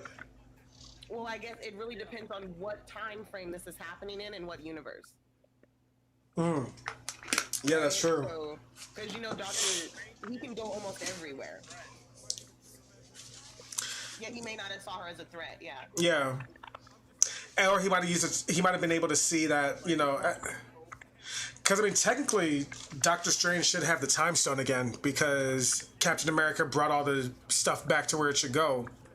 So he probably could see into the future and be like, okay, well, this is going to get resolved. But I know that I do think that she's going to be the villain in the Doctor Strange movie, because when they revealed that Elizabeth Olsen was going to be in Doctor Strange 2, I believe they said Elizabeth Olsen as Scarlet Witch. And us fans, we were just kind of like, okay, well, she's always been Scarlet Witch, but this shows she's actually become the Scarlet Witch. And the Scarlet Witch isn't necessarily a good guy right now. She's a powerful Nexus being with a Book of the Damned. You know. It's the same thing, like I said, with what we do with the Phoenix. We're going to see this saga play out. She's going to hit her peak. She's going to be completely terrifying and evil. And if you haven't read the comic books, then hold on to your britches. Yeah. I still think that she can. I still think she can potentially bring in the mutants. I think that because Tommy and Billy are classified as mutants in the comics, even though Wanda's not. I think instead of saying no more mutants, she's gonna say like, I want mutants or something. You know. She's gonna reset everything so she can bring back her brother and her kids. Plus, apparently, she's gonna show up in the new Spider-Man movie. Well, there's another thing. Like, you have to remember, those kids aren't real right now. They're still really not real. They're still a part of some other being. When that other being wants his body parts back, what's gonna happen to the kids? And how is she gonna correct that situation? I think that's how we're gonna introduce the mutants. She has to fix that. And then inadvertently, she's going to make them actual real boys. It's like a Pinocchio story. If you read the comic books, I want to be a real boy. All right, Job. Have a good night, buddy. Peace out, homie. Yeah, I think you are partially... I partially agree with you, only because at the end of the last episode, she does hear her boys' voices again when she's flipping through the books. But I think you are right. I think that they are out there in some other form, maybe as mutants in another universe, another multiverse part, and she's going to be like... They're mine. Give them to me. I think that's what she's studying the Darkhold for. Is to find her boys. Yeah. So has There's a good question. Have either of you watched the Agents of S.H.I.E.L.D. when they talked about the Darkhold? I mean, wait, go back. They called him Petro right there. Yeah. Yeah. In the intro, they give everybody's name. Yeah, I'll pause it right there. See? So you got Billy, Tommy, Ad. Great. And then as soon as they go to him... It says Pietro Maximoff as himself. So I'm like, you know what I mean? Like, I feel like they're fucking with me, man. Oh, definitely. It's ultimate troll. Yep. They knew they were fucking with us, those assholes. They knew it. And they did it. They had us hooked for a month, 2 months? 2 months straight. So there was one scene, so here's one misdirect they did. You know how Marvel is notorious for filming shit that doesn't end up in the show? There's a brief clip in one of the trailers, and I don't know if I have it in any of these videos, but when they're flashing through what's happening in each trailer, at the end of one of them, it shows Wanda opening her eyes and it looks like she's on some kind of hospital bed or something. And it made me think that she was being controlled, or she was I think they're going to use that scene for a different movie, because this right here, her breaking into Steel Vision, was filmed for the end of Endgame, and they were like, this doesn't. Yeah, and they were like, this doesn't fit the end of Endgame. We're going to use this for WandaVision instead. So I think what they showed... They're still playing... This is the thing with MCU. All of these things are happening almost simultaneously. So we're going to have to piece the stories together. They're hitting us with these big Star Wars epics, which I'm really excited about with all of the little mini-series that we're getting. Because if you saw that little security tape, that's how she got the body. That's really important to the story. It ties all of our timelines together, so you know which universe you're looking at, right? Right. And so I don't think they're necessarily they film them and they don't want to put them in. I think they film them knowing we're going to use this later, because again, they're literally going off the comic book. They're just saying, okay, we're going to adapt this to TV. Yeah. They're doing exactly what's in there. It's perfect. Yep. Yeah. They know exactly what they're doing. That was such a fun episode. I'm proud of them. They really did a good job with this whole series. Halloween, it had to be good. It definitely had to.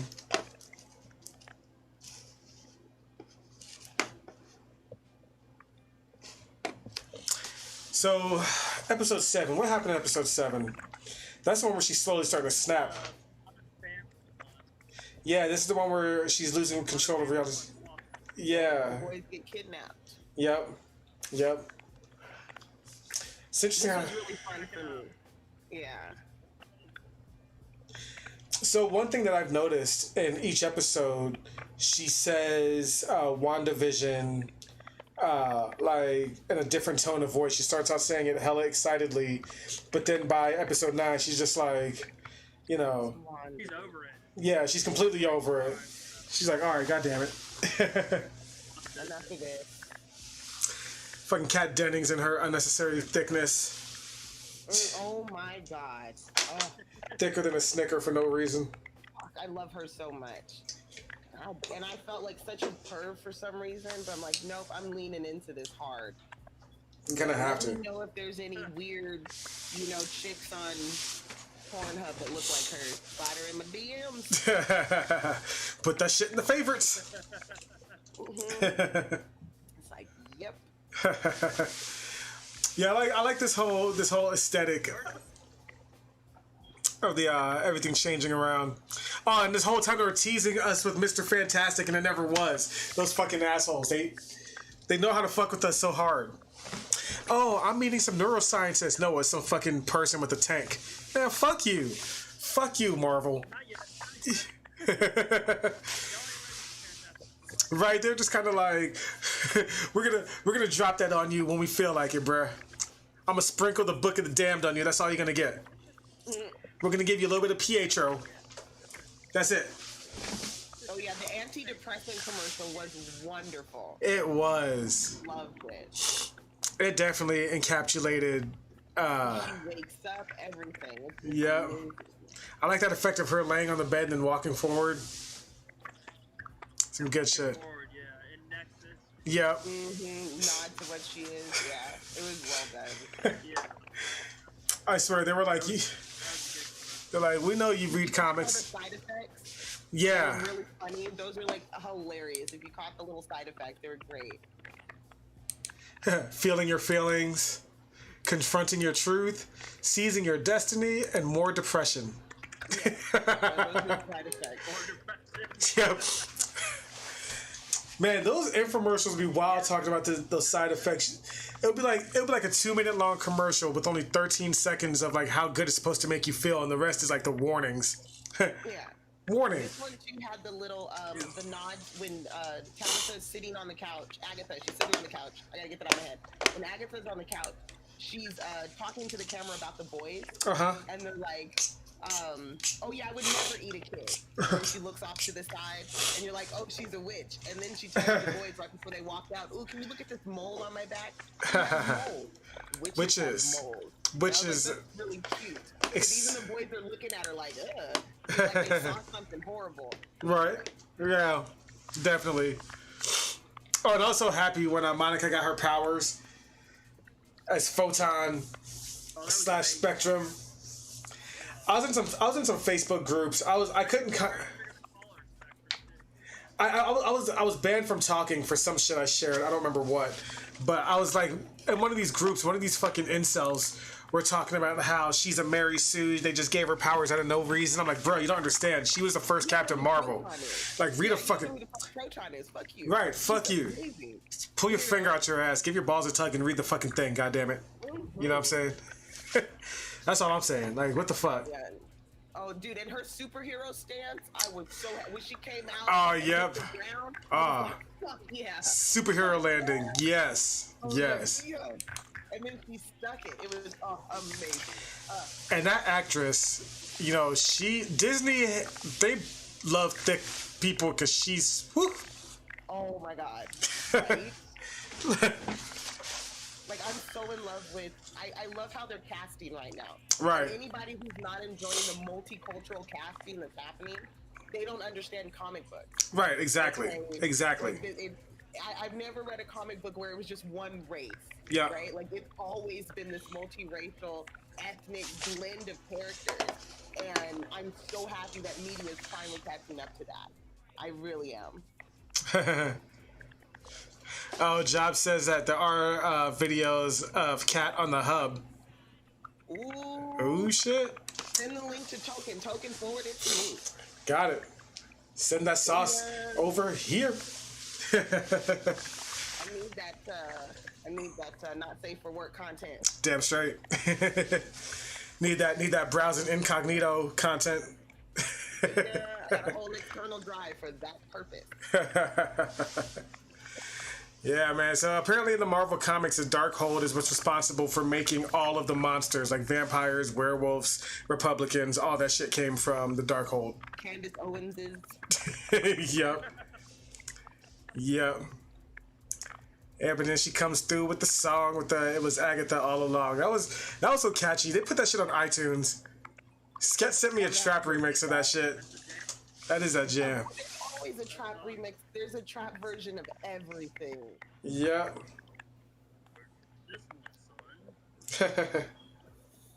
Fucking. That was such a fun, like, you know, it was so cool seeing that reveal, I will say. And it was fun just like having that song stuck in my head. It was stuck in my head for like a whole day.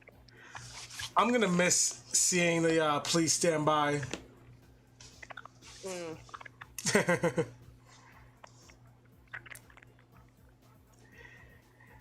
And I gotta say, man, Catherine Hahn found a way to look good in all these costumes as well. I was like, man, Agatha's kind of hot.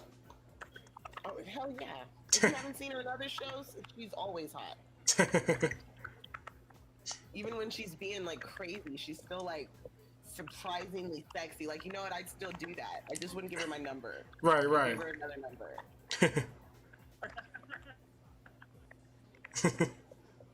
My dog just bitch slapped me, bro. What? Yeah, you didn't see that? He just hit me with his little paw across the face. I got paw slapped by my dog. Dog's not a fan of Agatha right now. It's okay, little dog. She's not gonna kill you as well. Ugh. I mean, Agatha did kill Sparky. Yeah. Yeah, maybe that's what it is. He did watch it with us in the bed. But I mean, was Sparky ever really alive? I mean, that could have been fake too. That's what I like to think. Or it could have been a dog that she was controlling.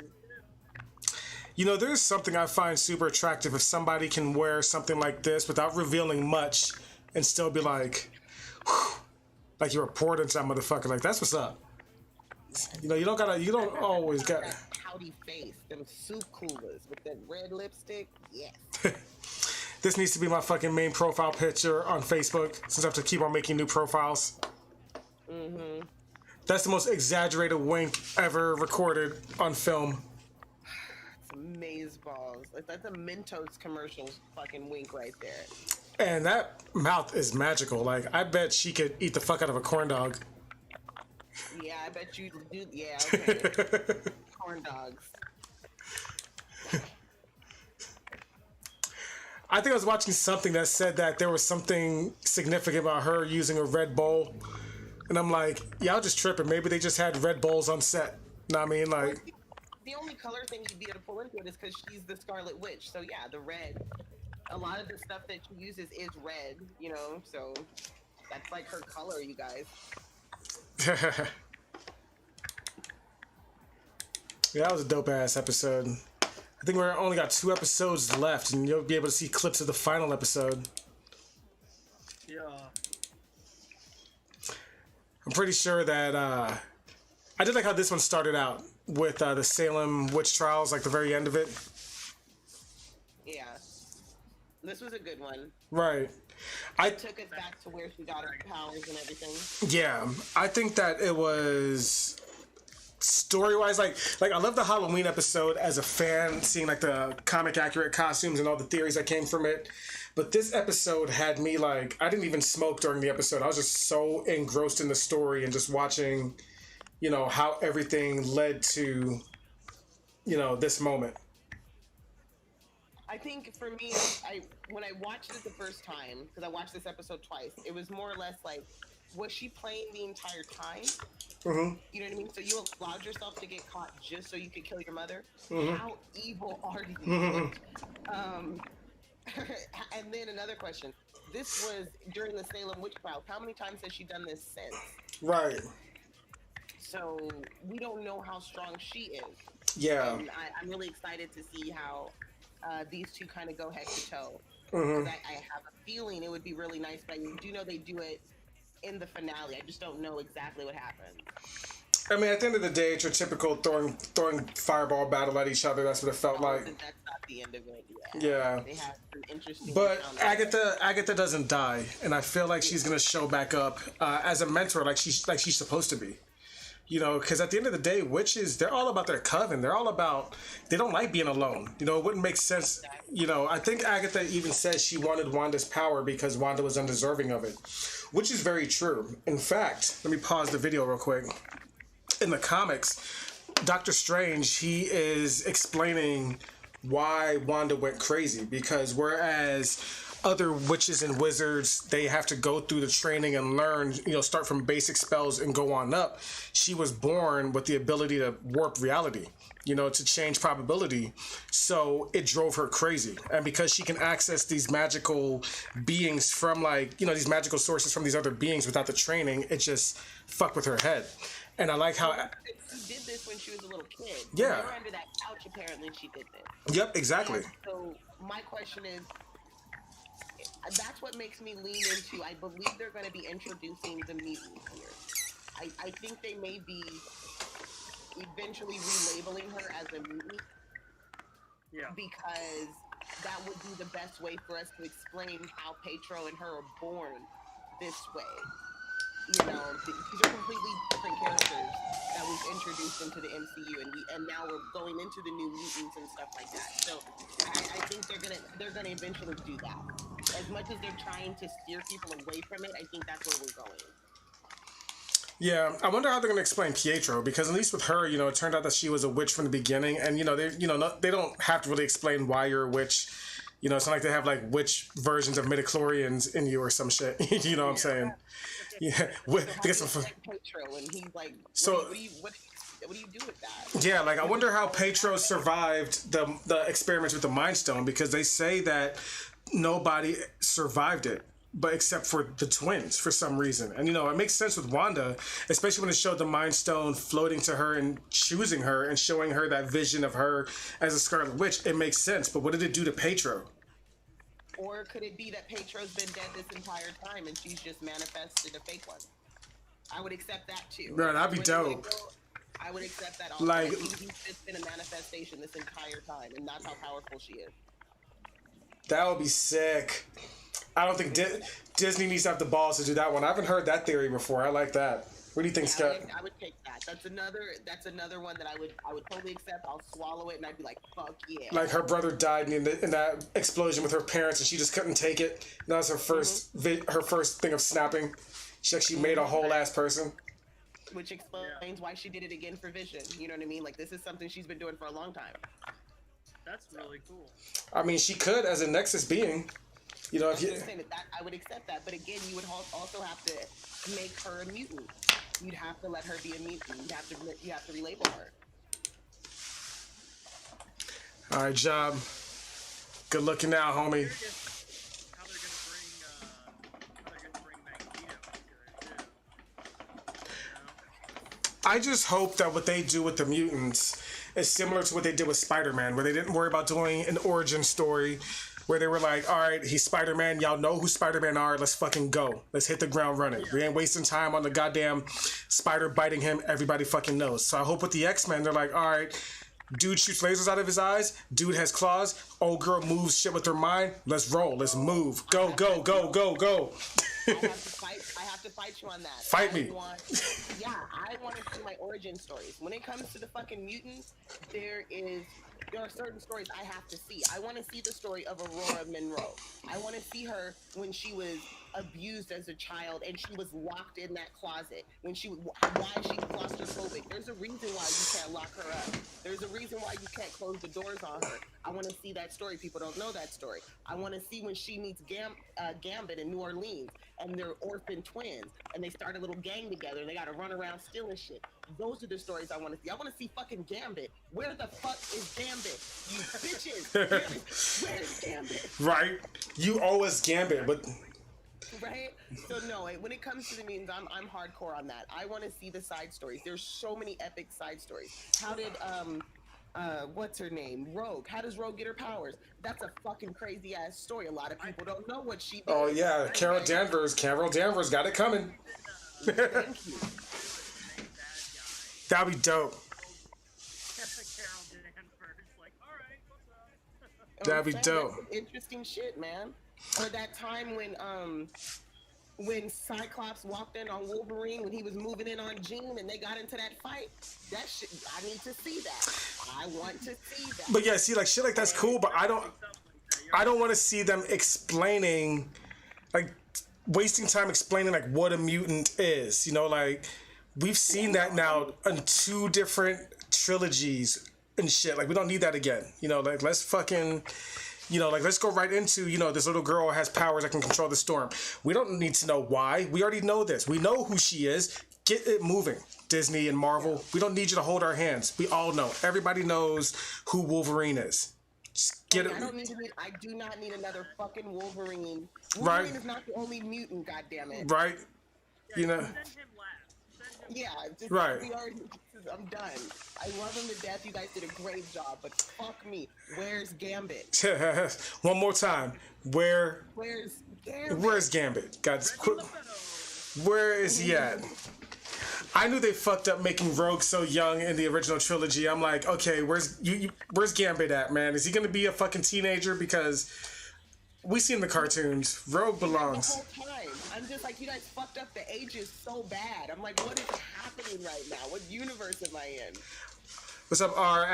Azrael? He says that he has a feeling that Fantastic Four would be first. I think, you know what? I think Fantastic Four deserves a good movie. If they do Fantastic Four, I expect it to be followed up by Marvel Zombies. That is the only way I will accept another Fantastic Four movie. If you tell me why they ended up in space and you start, you know what I mean? Open up that storyline. If you do that storyline, I'm down.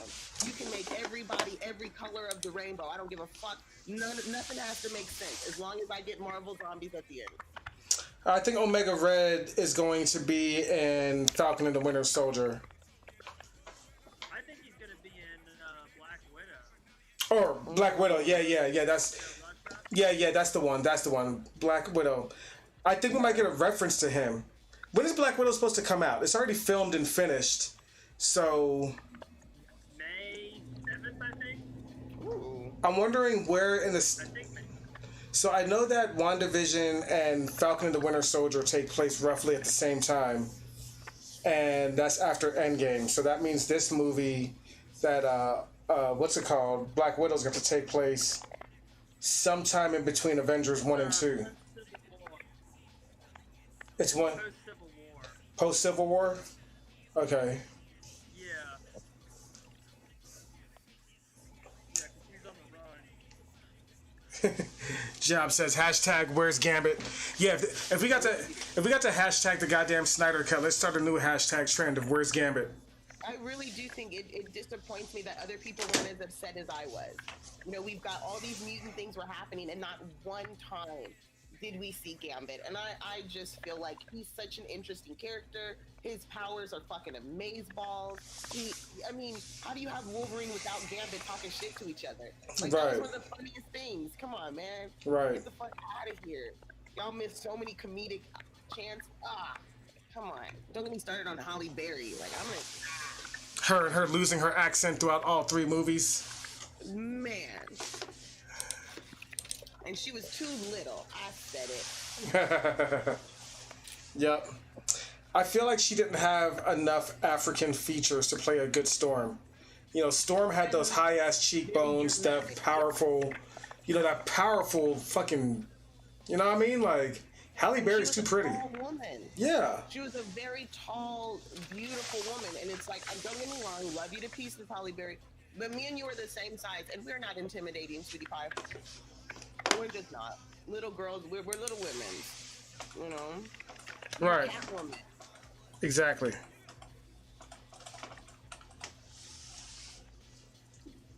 Exactly. Her as Catwoman was terrible too. She just needs to stay away from superhero movies. I was trying to give her a bone because she looked good in that outfit, though. Yeah. Yeah. I guess that's the only pass she gets. Mm-hmm. You know, Wolverine Origins had Gambit in it, but that was a Mambit. That wasn't really a Gambit. That was meh. That was like a eh. That was like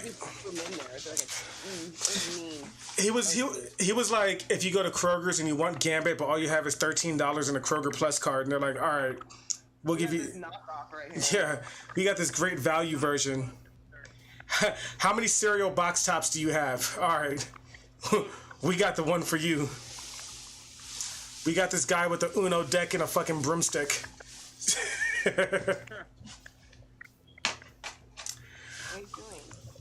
I found it strange how Hayward even lied about her stealing Vision's body. You know what I'm saying? Like, she just went down there, got sad, and left. Fucking piece of shit. Shady as fuck. He even said some stuff like, "You want to try? Want to try to bring him back?" And of course, people were like, "Ah, Mephisto, it's you." It's like, no, not quite. But that's ultimately what he wanted. Yeah. He wanted a destroyer. He wanted Ultron, a controllable Ultron. Mm-hmm. Have they actually told the entire story of Vision's beginnings, like the actual beginnings of how that whole saga happens for him? Because he's just a fucking toaster. I don't care what anybody says. He's not real.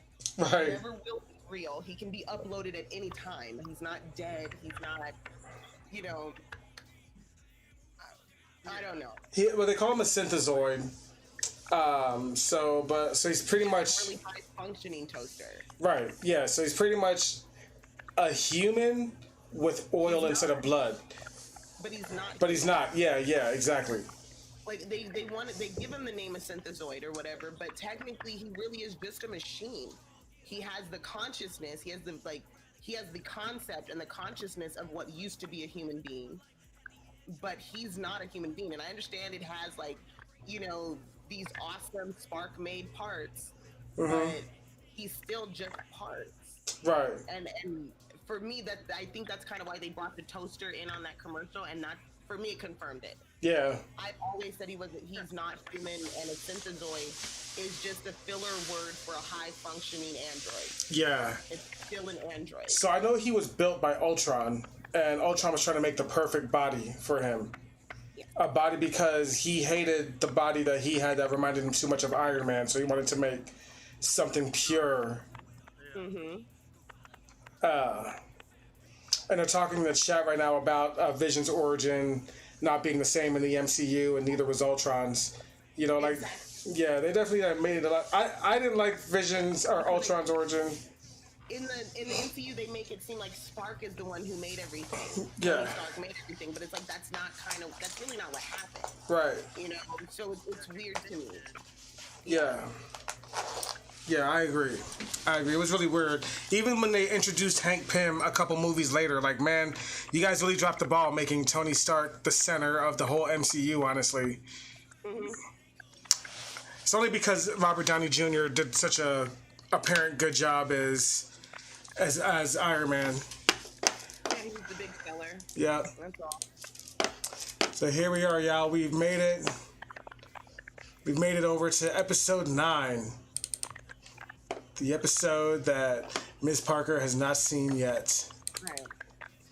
Which I hope after this... I'll sit down and watch it, and I'll have some more crap to talk about. Um, You guys gotta walk me through it. What happened during this episode? What happened? So it picks up directly after where the last episode led off. So where Agnes is out there holding the kids hostage, this episode picks up like right there.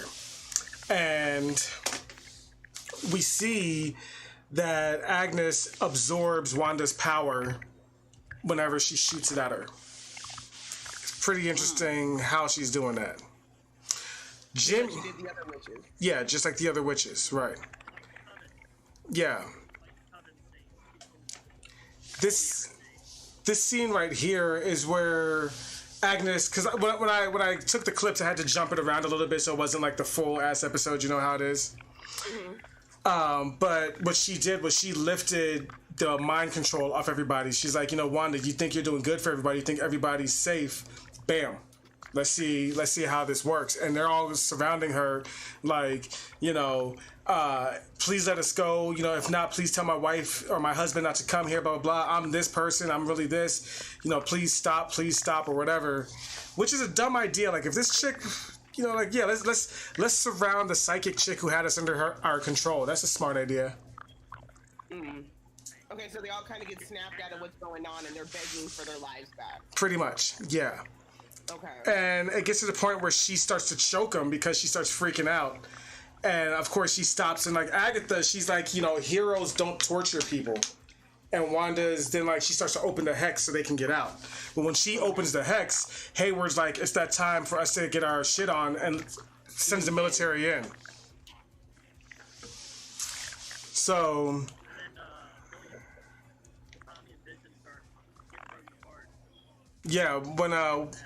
when she starts lifting the hex, it starts killing Vision and the boys because they're tied to the hex. Exactly.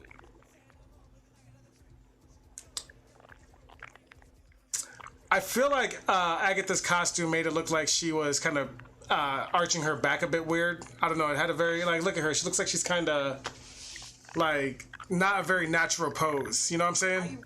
I enjoy that. You do? Because if you remember the comic book pictures of her, that's kind of how she is. You are right. She is like an old lady. She does have this weird kind of, what do you call that, a crow posture? Like Yeah.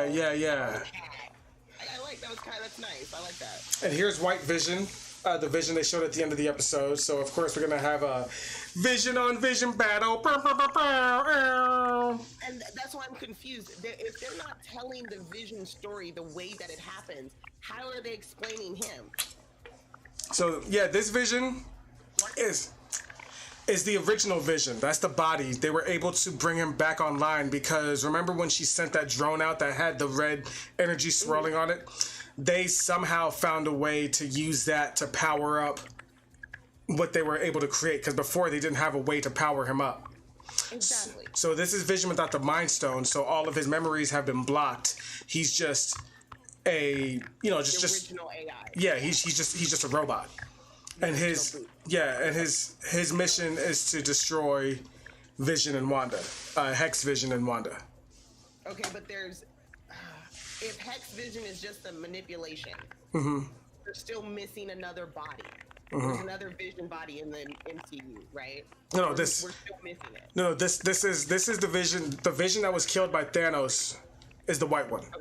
Okay, got it. Because remember, she makes this Hex Vision out of the Mind Stone. Exactly. So these two are having their Vision on Vision battle, and it's funny because when he first walks up, he hits her with the Wanda, all sexy like Paul Bettany does, and he starts to like fucking crush her head. And then other Vision shows up, and they're like, let's get ready to rumble. Yep. Oh, and he fights himself. Yeah. I'm Yeah. gonna watch this. Yeah. But it's interesting how they stop fighting. So here we have Monica. She's captured by Pietro.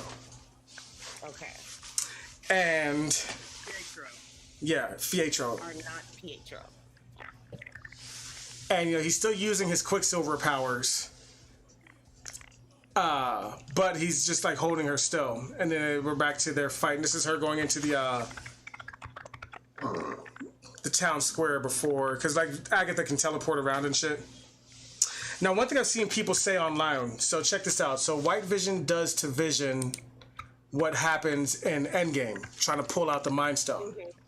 And people are like, well, why didn't Vision do that in the movie? But they forget that Vision couldn't phase because he was stabbed through by that weapon. And he even says in the movie, I can't phase.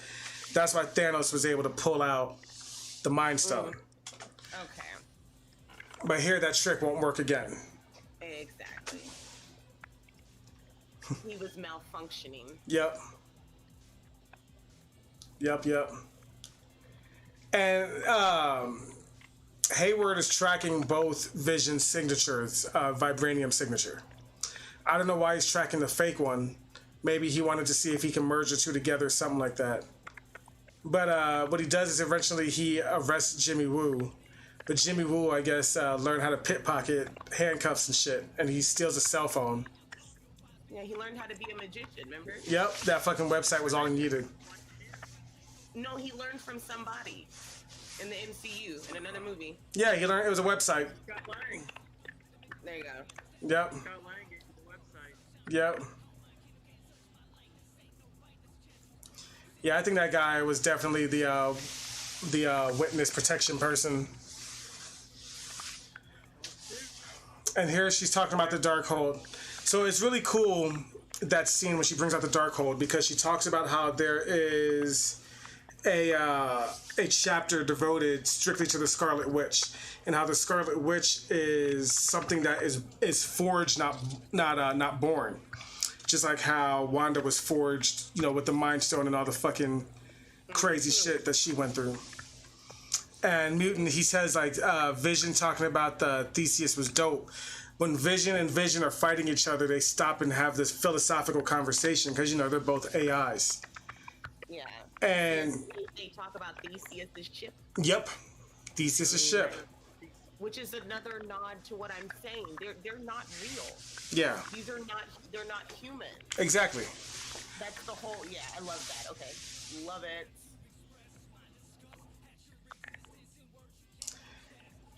So, and here's where we get the reveal that Ralph Boner is the name of Quicksilver, of Pietro. And Ralph, Okay. yep, and remember, Ralph has been mentioned in almost every episode by Agatha. My husband Ralph, blah, blah, blah. Well, it turns out that this is Ralph's house, and that he was under control of Agatha by his necklace. And somehow Agatha was able to imbue him with the power of Quicksilver. And then, She was using him as a tool to convince. yeah, Okay. and that's all she needed. Wanda did the rest for her by pretty much accepting it because she was just so desperate. So we still need to find Pietro. Yeah. Damn it. Yep. I was pretty let down by that, honestly. But that, Is this at least the kid from the missing persons report in episode, I think it was like 1 or 2? I don't think so. No. Because that would be, at least I'd be happy there. Like, all right, they tied it all together. Yeah. So right there is Wanda, like, accidentally choking everybody when she's, like, telling them to stop and get away. Which, you know, like what did they think was gonna happen? And this is her opening the hex up to get them to all fucking get out. And it's really cool, the effects of everything, but unfortunately, it's causing her family to break up, which is the same design that was used on the cover of House of M. Oh, yes. Oh, yes. Beautiful. I love that you did that. Thank you so much. My pleasure. And also when Billy kills Hawkeye in the in those issues, it's that same weird design. Yeah, that is so cool.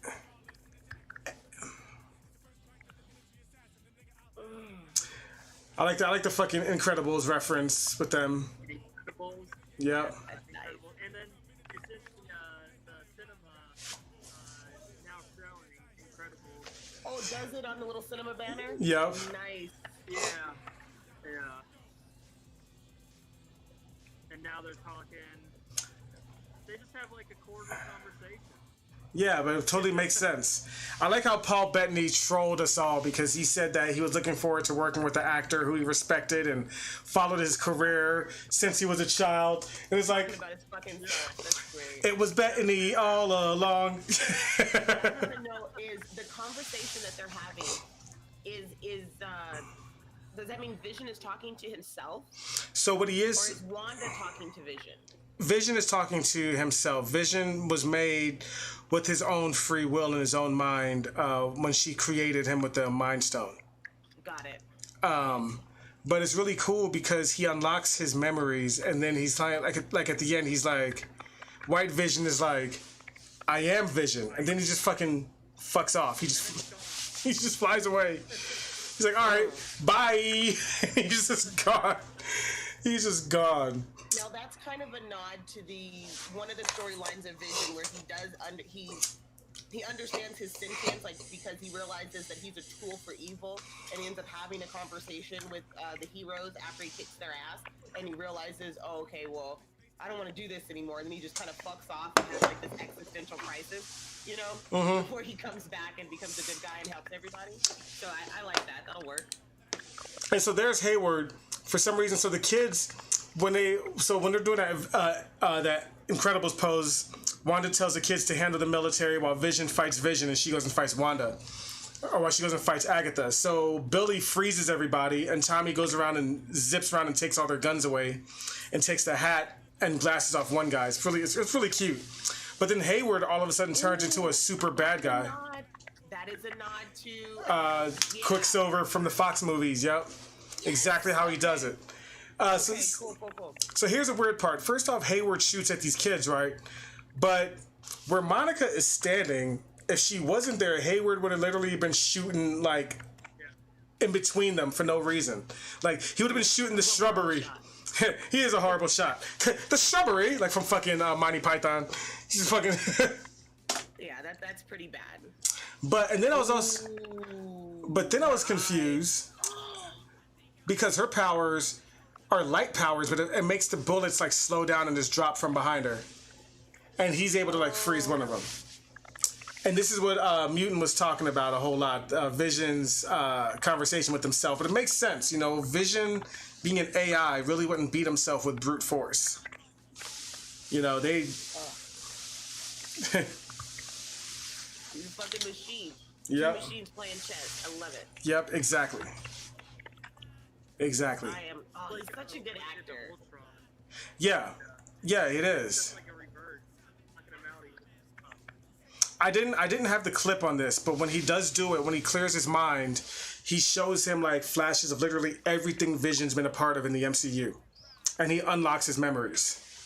This part right here, Wanda does my favorite. Like, so when Wanda's first introduced in Age of Ultron, she moves all jerky like a scary movie behind Captain America and behind Iron Man. And I'm like, dude, if they keep her like this as the Scarlet Witch, that's gonna be awesome. Like her having this jerky, you know, the Ring grudge style movement. And she does it again right here where she kind of warps around and does that shit to go into Agatha's head.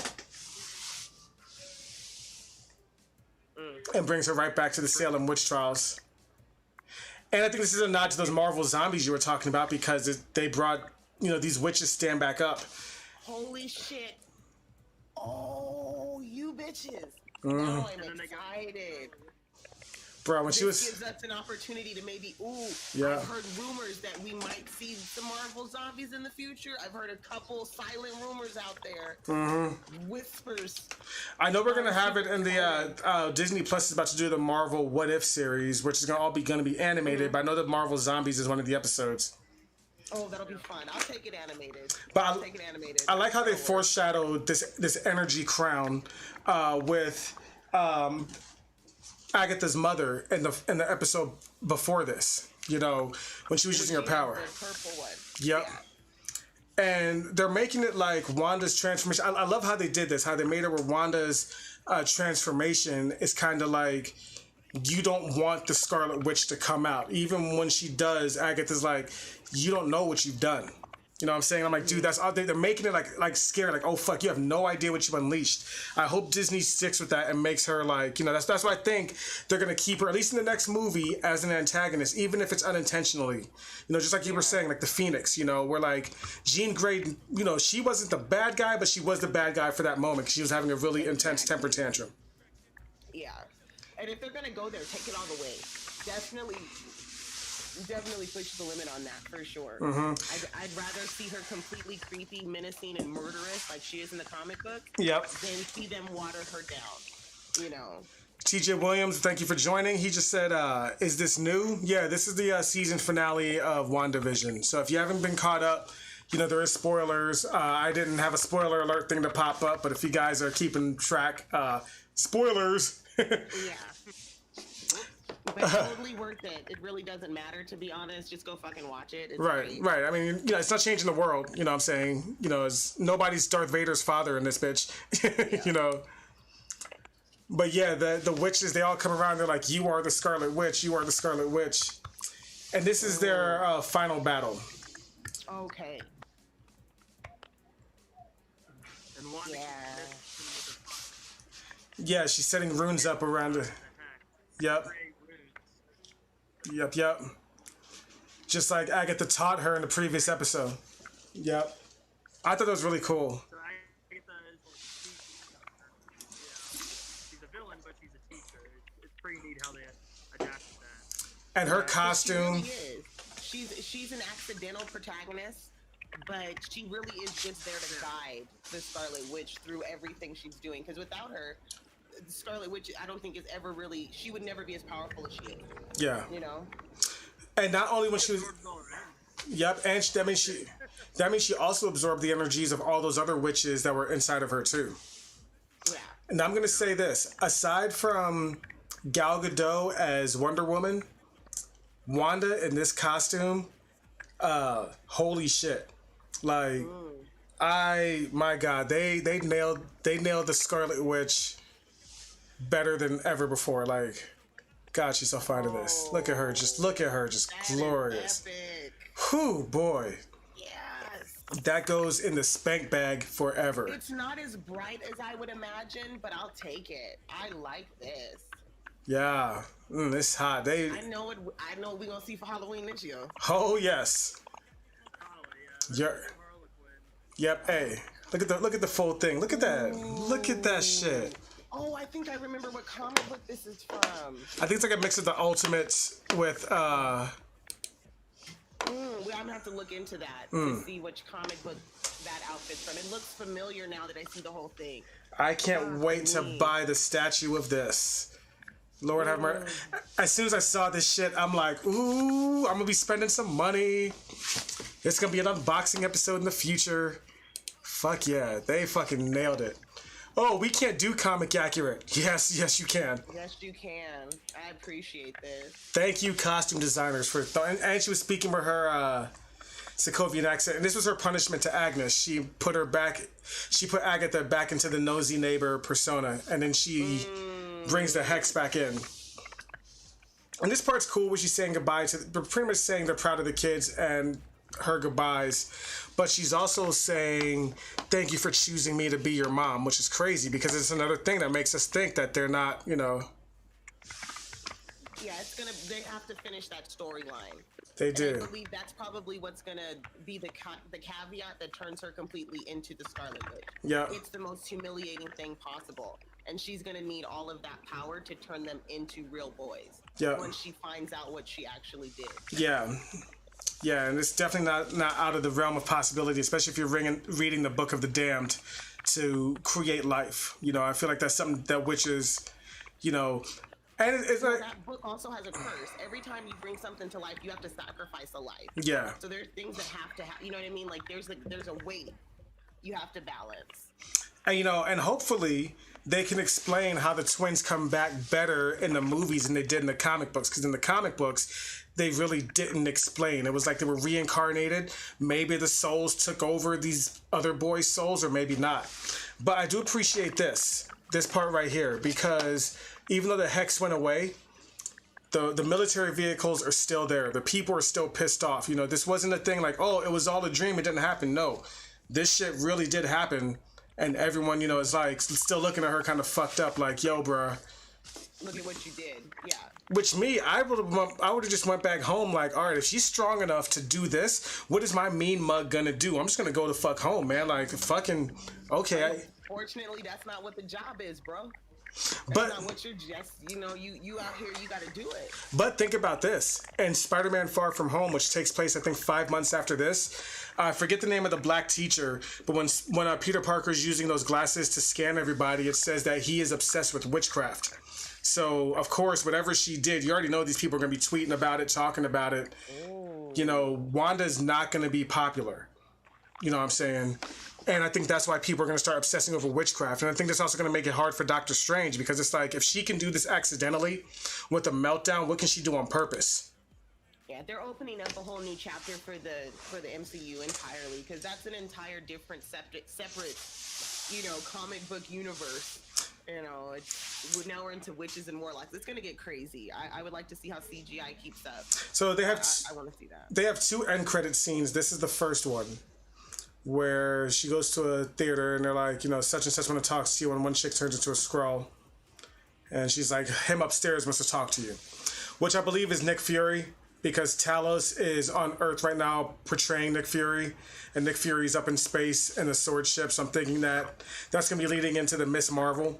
But this is the second end credit scene, and you see Wanda. Let me start that again. You see a version of Wanda who was sitting out drinking tea or some shit. She's walking in, but the camera continues going, and you see Wanda as a Scarlet Witch, similar to like what Doctor Strange was doing, using his astral form, but he was asleep when he did this. Here she's awake. So she's just astral projecting a light, or what is she? What are we doing here, honey? We don't know. You know, she made a copy of herself. So right here, while she's reading the Darkhold, she hears her kids saying, "Mom, Mom, help!" And she looks up, and then the series ends. She closes the book, and the series ends. Holy shit! So she's in multiple places at once. Yep. Yeah, the Scarlet Witch is already here, you guys. Yep. That is the Scarlet Witch. Yep. She's doing shit like that. Oh, that's impressive. 2 places at once. That's beautiful. Yeah, and this is just a couple. Yeah. When see the next season? When is that? When's the next one come out? I think she'll be back in Doctor Strange, and she'll be back in the next Spider-Man movie. Okay. This is gonna be fun. I'm excited. Yep. Hell yeah. So that's what we have of Scarlet Witch, man.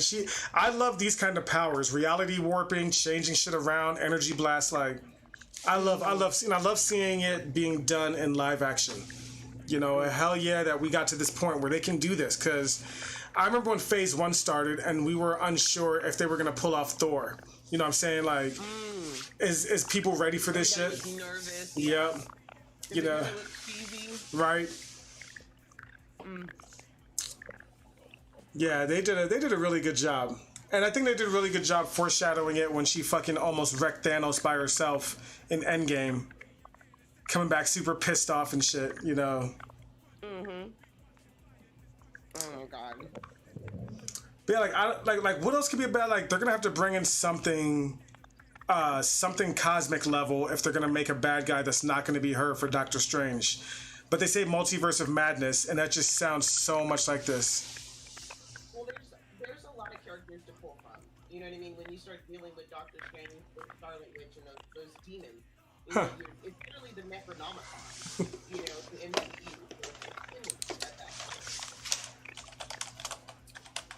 I'm interested to see what we're gonna do. I would love to see the Scarlet Witch against Doctor Strange. I'd like to see that head up.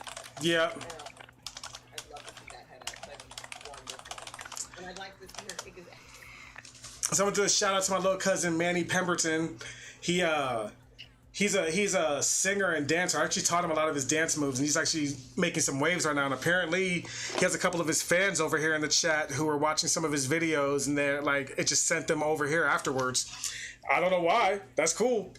That's cool. You know, my little cousin. I remember teaching him how to do the fucking moonwalk and shit, and how to teach him how to pop and lock back in the day. Like, you know, hey, bro, it's like this. Like, so now seeing him do this shit, that's pretty cool. So R. Azrael says he wants to see if they make a Blue Marvel. I think they will, and that's cool. I like Blue Marvel. He's a strong, smart, black character. That's really cool. I just found out about Blue Marvel, and I'm really sad. I think I've seen him once or twice when I was younger, but Dries hooked me back up with him, and I'm like, okay, this is an amazing character. I'm absolutely in love. Oh. Yeah, please, gimme. Idris Elba, or somebody who looks like Idris Elba. Oh yeah, that'll be dope. Big, black, beefy man. Oh, fucking amazeballs.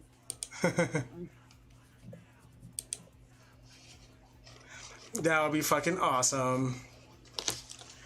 I want to see Idris Elba and like, yeah, dude, they did a really good job bringing her, and I just can't wait to see. And I feel like this is why I'm so not excited about Falcon and the Winter Soldier, because it's like after seeing this, you're gonna come at me with fucking guns and a guy with fucking metal wings. Like, come on, bro, y'all better be bringing something dope. Y'all better be really, really impressing me. Like I said, Gambit. They invest all your money in the Gambit story, the Aurora Monroe and Gambit origin story. That is the most epic tale never told on film. Get that going, god damn it. I didn't even know about Gambit. And well, was it like a love thing, or were they like partners when they were in the Marauders? Totally platonic. Okay. He finds her because she's getting bullied. Right. She was a kid when he found her, right? Yeah, she's a total little runaway and orphan. She ends up in New Orleans. And that's where he's at. And he's like 11 or 12, a couple years older than her. And he finds her on the street, and they make a friendship, stealing from people, panhandling, you know, being little assholes, and they start this little gang, you know, and they stick together through all of it. It's one of the most interesting friendships that they don't really talk about. Like, you see it in the Fox cartoon version. Yeah, I remember that. Yeah. Like, you always see how bonded they are, but there's a reason for that. And I think, like, that's just a story nobody's told. It's so cool. I would love to see that.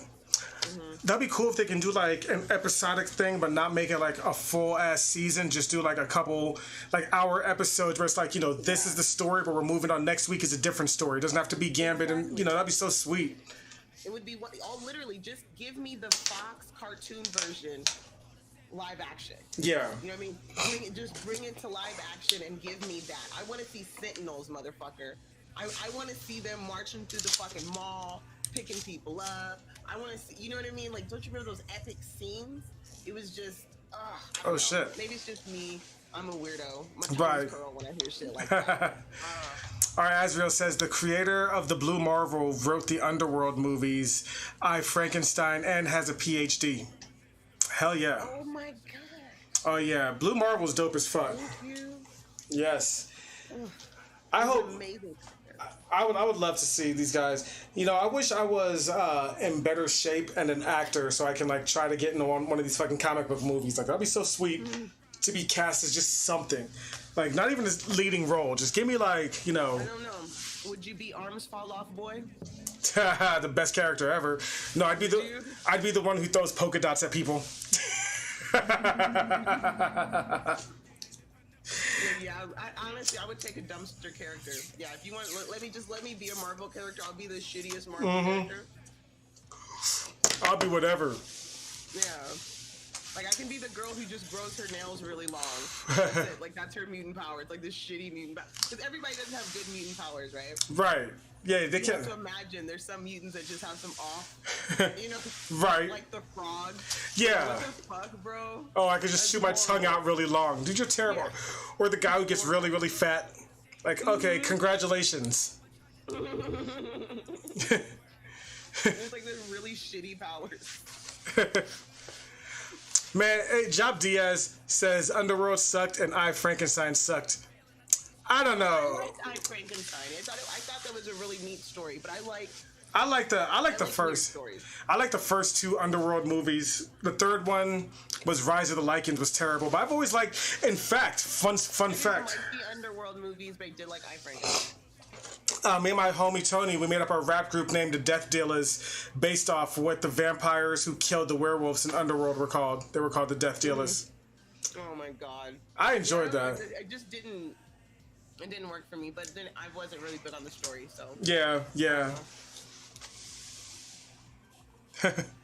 Yeah, Tim, I did teach him how to dance. I remember when he was a kid, when Manny was a kid, and he would like be practicing shit around in my cousin's house, and she was always, because his mom could tap dance. It's crazy. Like, my whole family's talented as fuck. My mom could sing, my sisters could sing, I rap and dance, my cousin tap dances. Her son fucking sing. Like, we're a talented ass fucking family that's not rich yet.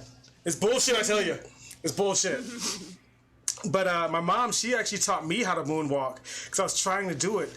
And I was watching all these Michael Jackson videos, and she was in the kitchen. She's like, Drew, it's like this. And she just bust that shit out. I'm like, damn, bruh. And she's like, well, in the 80s, you had to learn how to do this or sell drugs, man. I'm like, all right then, nigga. All right.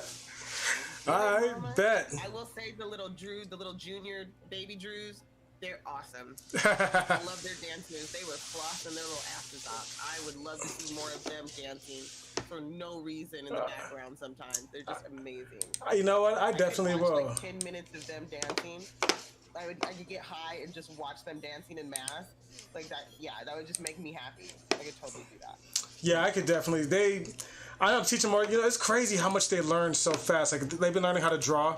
And I'm like, you guys are going to be my next, my little animators. You know, I'm going to have you guys, just me and you. It's going to be cool shit. I'll put on that video, too, since these guys, since these fans of Manny are here, too. Check me out with some fucking dance moves, because why the hell not? So, that's what we're doing, huh? Gotta turn this bitch down, goddamn. Voice coming loud as fuck over this. You know, it was really fun. You know, and they learn all their fucking dance moves from Fortnite and shit like that. But I mean, it is. Little kids. That's just what the style is now. You know, it is what it is. I can't knock it. Man, I was so fucking tired doing this shit. R. Azrael says dancing was essential in the 80s. It's damn straight it was. Fucking kicking it on this fucking street corners.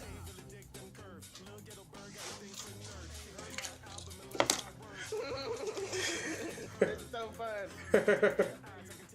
The funny thing was, like, I was trying to fucking remember which dance moves I was doing, but I was too high, so I couldn't remember it. Cause I'm smoking. Like, you see me blowing out smoke while I'm fucking dancing. I think that's what makes it the best, because it's almost like you see two dudes dancing, but they're on the dance floor and they're too drunk to see each other. You know what I mean? Yep. Yeah, it's awesome. Like they're just wasted. That's what it looks like to me. They're just That's how it was. Tim, there isn't, but we can make one. I'll talk to him about doing a fucking collaboration video of us dancing together. I gotta stretch before I dance nowadays. I'm getting old. That would honestly be fun. If you can get some of your friends to cosplay and make a whole montage of a bunch of cosplaying dudes dancing to this song, again, I would watch that. Hell yeah, I'll do that For a shit. long time while I'm stoned. Like, that's just fun for me. I definitely will. You know, I will say this that Here, this is great. Like, they just popped out of nowhere, and I was like, whoa, little mini tokens. No. the funny shit is they're like as tall as me now. They grow so fast. It's fucking ridiculous. They're like weeds. They really are. I love it. And then the dabbing out of nowhere. I was like, yes. And the funny shit is like I'm sitting there telling them instructions while They're not listening to the song. right. You know, I'm like, all right, do a dance move. Right, we're about to start jumping, and I'm slowly dying in this fucking mask. We got the fucking African Zimbabwe dance going on. I love it. Aries, stop it. You're too much. I love you, Aries. Not to mention, I'm also trying not to because like all those boxes, they're not taped to the wall. They're just standing up. They're literally stacked. So, Oh my God, so I'm you're just right. like, all right, we have to jump on our tippy toes. We can't make this shit fall over. It's a glass table behind me. I'm like, all right, I can't. There's so many things I'm thinking while wearing these glasses I can't see out of. That is crazy. The shit I do for my fans. What you should do is get a photo of each side, print it out, and then tape that to the wall so you have the illusion, and then put your boxes in a box so you can keep them safe. That's a good idea. Yeah, like all my stuff up here, it's all in plastic. None of this is, you can't touch any of these things. They're all in plastic. They're pretty much so protected. So you gotta keep your shit cool even if you're gonna display it. True words. Those boxes are awesome. These right here are real swords. Yes, you told us that. That's insane. Oh man, and I can't see what I'm doing, so I'm just like, why am I? Like the whole time I'm thinking like, what am I doing? What am I doing? Like, oh, don't cut my dick off. Oh god, oh god. Like, okay, that's my neck. That's my neck. Just don't hit the TV. This is horrible. And am I? This is why grown men children shouldn't have that many toys. This is what happens when you give a grown man swords. Okay? Mm-hmm. Exactly. It turns into a South Park episode. It's amazing.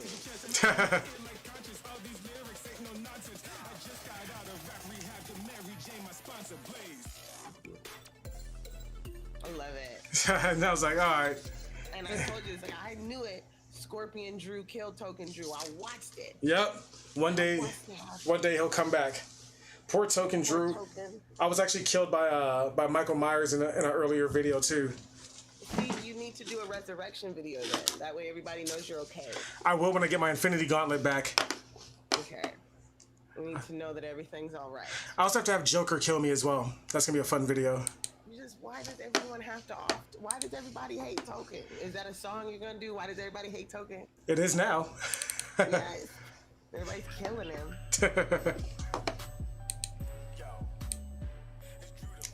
I gotta do some more diss songs. But I need to do some diss songs against people who are fucking worth my time, you know what I'm saying? Like, this was too easy for me. Well, I mean, come on, it's G-Man. Yeah, it really wasn't. It was just practice, honestly. I was just flexing for a minute. Arius, what are you doing? Well, this was fun. I definitely appreciate you stopping by and talking WandaVision with me. Man, I'm glad this show was able to kick off. I went to Chipotle before, and they got my girl's order wrong, so I had to drive all the way back there and get it fixed. And I'm like, fuck, man, I only got like 5 minutes before the show starts. This is getting ridiculous. But, it does. It does. It looks like I have to go take my puppo for a walk. He is losing his mind. That's cool. Well, you know what? Thank you for stopping by. Thank you for stopping by. Thank you, sweetie pie. My pleasure, bro. I'll catch you next time. Hell yeah, you're always welcome. Oh, definitely. I'll catch you next time.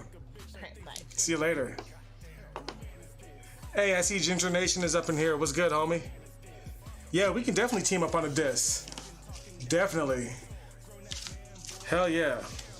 So there we have it, everybody. So we were just talking about WandaVision. Went through the whole series. Next, this Sunday, or this Friday, I believe, is going to be Falcon and the Winter Soldier. I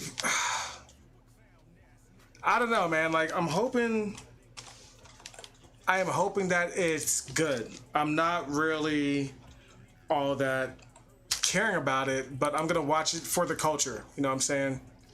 I ordered myself a t-shirt for it, you know, because I'm gonna do the videos for it.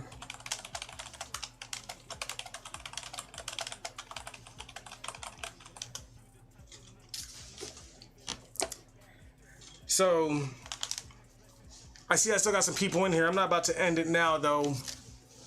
You know, we just chilling right now. So what I'm about to do is, shit, I guess we're gonna roll up another blunt. Know what I mean? Gonna roll up another blunt and just chill, you know.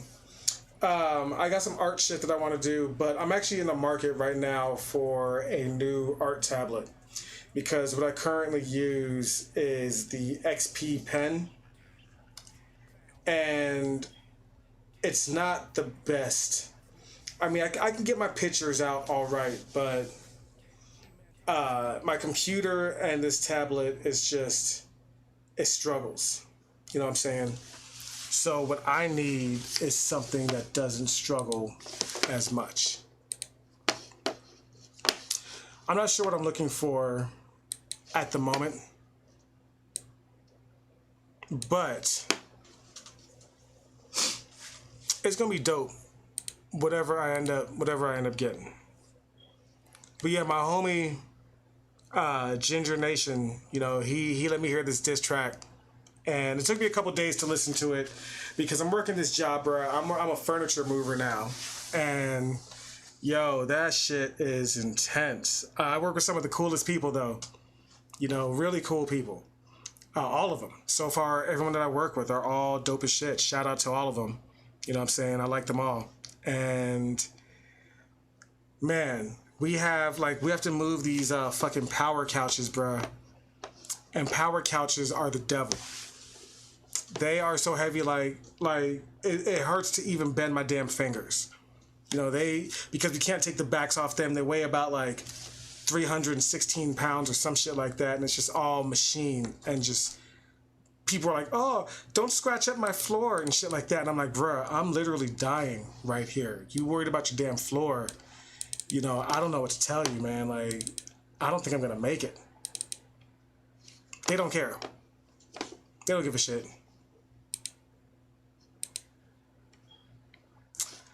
All right, so I'm starting up, or attempting to start up, Amusion.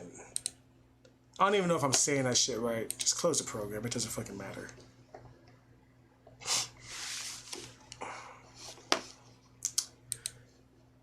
I'm running off of 2 streaming programs right now, so you know, I'm still learning. I'm still learning the bullshit.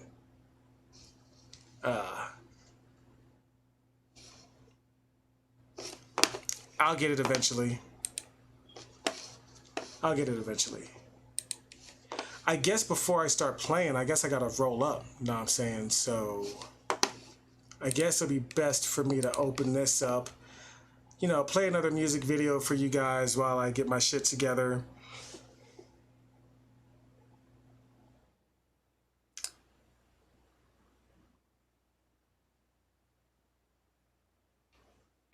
Wait a minute, Tim. Are you saying that G-Man was talking about my cousin Manny?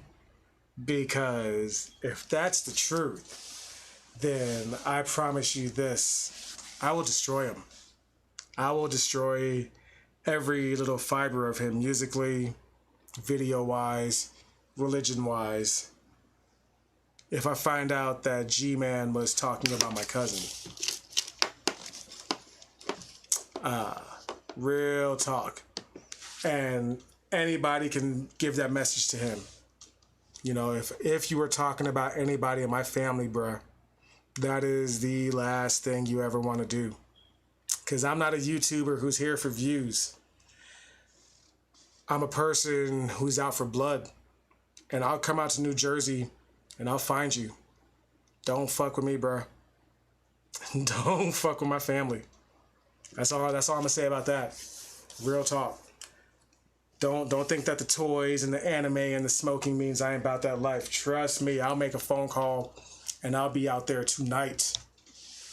Shit. Fuck with me. And we just got the stimmy too. Don't fuck with us. Real talk.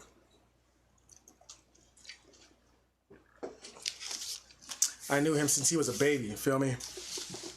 Like, I know he's doing big things now, but he always looked up to me, and I'll protect him. I will protect him. Blood, sweat, and tears, bro. Don't fuck with the family. Yeah, for sure, Ginger. For sure. We can set up a show with you. I got nothing, I don't got nothing scheduled just yet. I mean, right now I just got to get ready to do my next set of reviews for when Wandavision... I'm sorry, for when Falcon and the Winter Soldier pops up. And when that shit happens, then hell yeah. Cause I'm down. I love to, I'll be real, man. Like, I like to rap. I'm not really about the diss track life. It's fun, but at the end of the day, I don't want to be known for someone just picking fights with people. You know what I mean? Like, because that's not me, and that's not how the culture really is anymore. But if we got something going, or if there's something you just want to talk about, I don't mind taking shots. You know what I'm saying? Like, I don't mind having fun. And if there's a diss track for me to get on, I'm gonna get on it. If I gotta talk shit about someone just for you guys to hear my voice, so be it. But real talk, my music.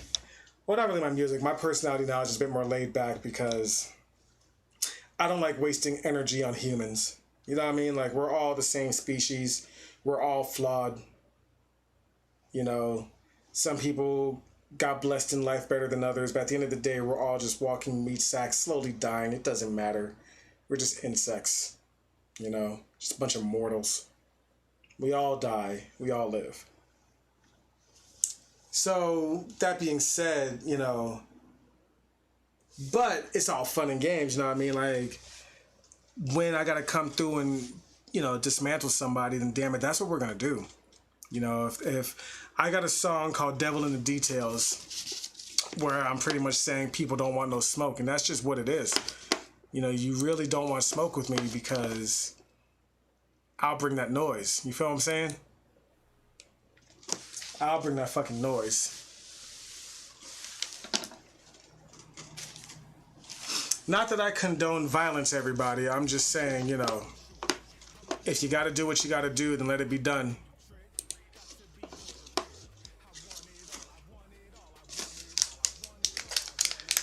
So if you guys are new here, make sure you guys like the stream. Apparently YouTube likes it when we do that shit. Feel free to subscribe. I'm trying to do streams every Monday night. Pretty much just chill sessions. That's all it really is, you know, just chill sessions right now. I got something special planned I want to start doing for my guests, but I'm going to wait until I get my new hardware in, because what I want to do is going to involve a new art tablet, but it's going to be really cool. It's going to be really cool. Shout out to everybody who's in here, everybody who's been following me, talking to me, chatting with me. You know, if you throw me a message on Twitter or on Instagram, you know, sorry if I don't get back to you immediately. I had to turn my notifications off because it got to a point where, like, you know, people be tweeting and all the other shit or throwing up tags, and I just got tired of always hearing it. Not saying I was getting a lot, I just hate seeing that fucking notification pop up, you know what I'm saying? So...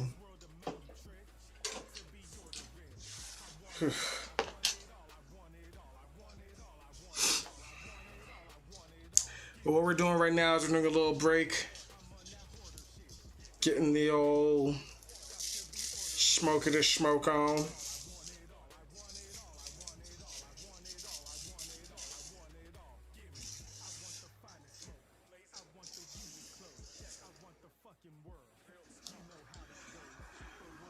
Call of Duty videos? Why not? I just started gaming on the channel. I've been playing these Mugen games, and if you never heard of those, they were popular like 10 or so years ago. I'm late to the party, but they are like fan-made fighting games for the most part, where you can fight as like anybody, like Street Fighter versus Mortal Kombat or Naruto versus Dragon Ball Z. It's really, really cool. So I've been doing that on the channel for the past couple weeks, you know, just doing some Mugen stuff, just having some fun. I have a PS4 upstairs, and I think I have it linked to the YouTube. I gotta double check that. But I'm gonna after I invest in this this new hardware, I am going to I am going to get myself like the PlayStation Eye. I've been looking for a PS5, but I'm not too stressed about finding one because this first one has all these issues and shit like that. I typically play fighting games, but Call of Duty is fun. You know, I'll hop on. If people will watch me play, even if I'm gonna suck at it, I'll do it. Why the hell not? You know, I'll have some fun. Have you heard of Ghost of Tsushima? I've been playing that online. That game is lit. I like that game a lot. I'm good at games where I get to parry and attack. You know, first-person shooters, man, people are dope as hell in that game, and I'm just kind of like, yo, man, I have a life. What are you guys so good for? Why is everyone killing me? Like, I'm just here trying to have a good time, and everyone's all like, you know, oh, I'm a semi-pro. My kids, they play Fortnite. They love Fortnite. I never really got into Fortnite because before I was able to move up in the ranks in my jobs and become like a manager, or even right now as a delivery person, if bills ever got too tight, the first thing to go away was the Xbox Live or the internet. You know what I'm saying? Like, cause that's an amenity. You know, that's not a necessity.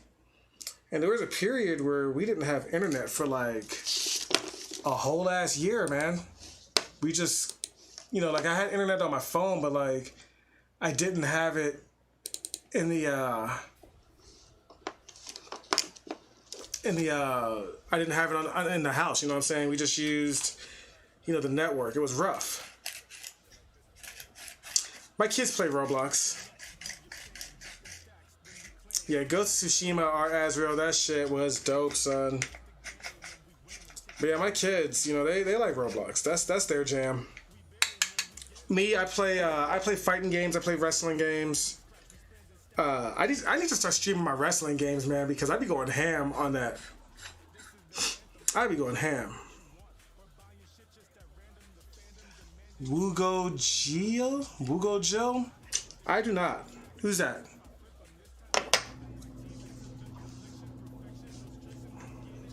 Oh, I could do this. Who dat? Ever since I started doing this YouTube gig, honestly, though, I've been spending a lot of time editing videos. Each video I create takes about 2 to 3 days to edit. And then, you know, so like, hell, even doing this streaming stuff is new for me. You know, this is only like my 6th episode, maybe. The first one I did was promoting my album that we're listening to right now, which you can find on all the streaming services. In fact, let me go on ahead and motherfucking, what am I supposed to do here?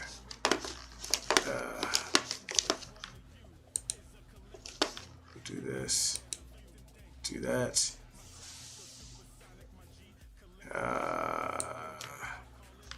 Oh, where the hell is it?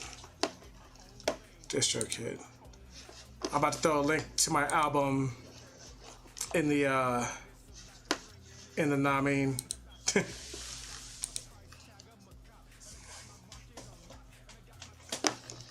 Up in the chat. There we go.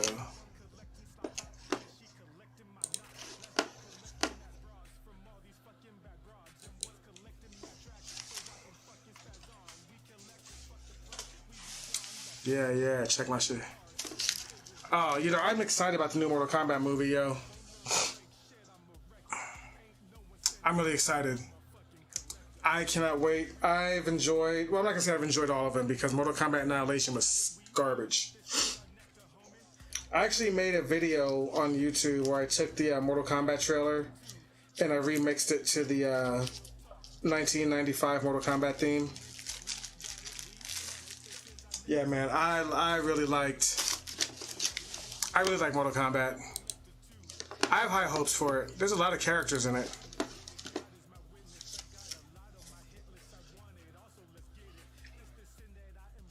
Uh-oh, sneeze time. Oh, shit.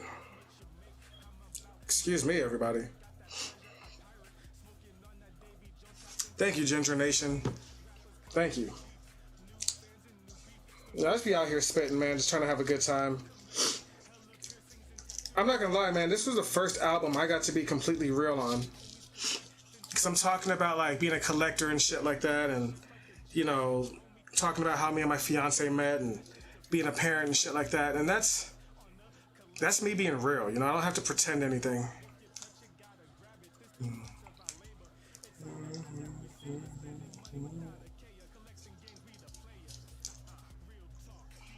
And I actually had fun recording it, you know, because like when I had to record my stuff as a death dealers, the whole time I was in there feeling like I had something to prove, you know, because when people heard the name, they just assumed that it was a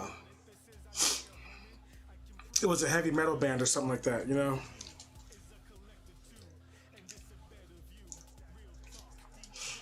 And so we had to prove ourselves the moment we stepped on stage.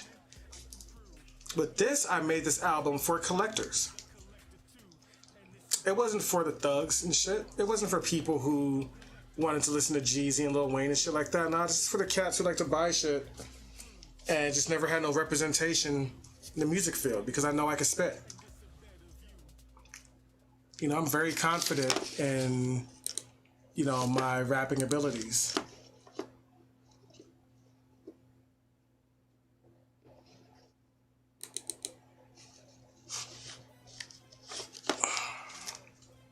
I don't know if I'm confident in the ability to sell it, but I know I got skills. You feel me? I know I got skills. I know I can get on any track and kill it. I know how to change my cadence up. I can rap over literally any fucking beat you give me, yo. It doesn't matter how fast, how slow. It could be weird. It don't matter, I can do it.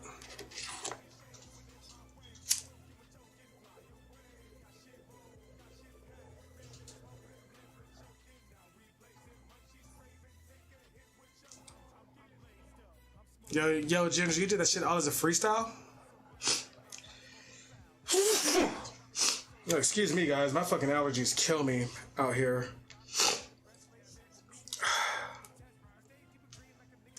It's time, baby. Hope y'all ready to blaze. And I hope everybody who's in this B is 18 and up. Because this channel is not meant for children.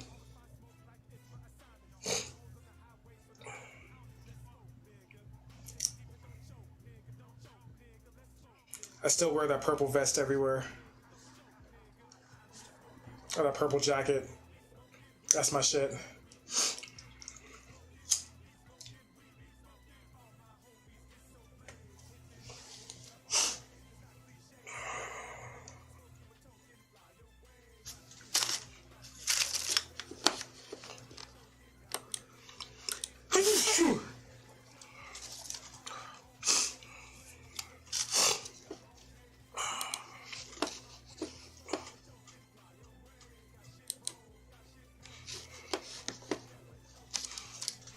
You know, I can freestyle pretty well, I'm not gonna lie. I just never really recorded it. I really want to be able to go to a studio one day just with some blunts and some beats and just freestyle.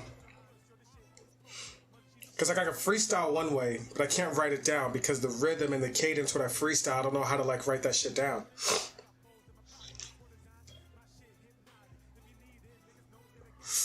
And yeah, there was a time gap in between recording this bitch. That's why I'm clean shaven in some shots and not in others. Sometimes shit be happening, yo.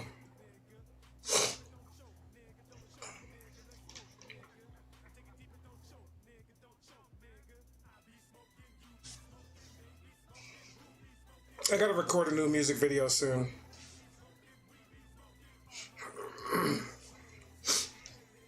I got a cool idea for my collector's anthem song, and I want to get people involved in it. So, one day when I start getting more subscribers and more people watching me, we're gonna start talking about this shit, and I'm gonna do something that nobody else in the rap industry has ever done before. That's what I'm gonna do. Mark my words.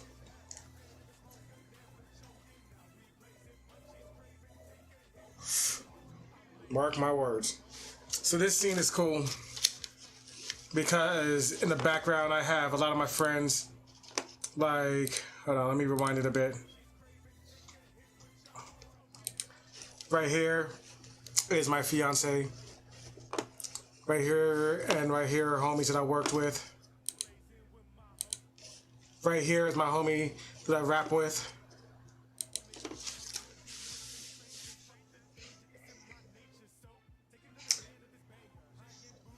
I'm the kind of person who, like, if I rise up with anything, I want to bring my people with me, you know?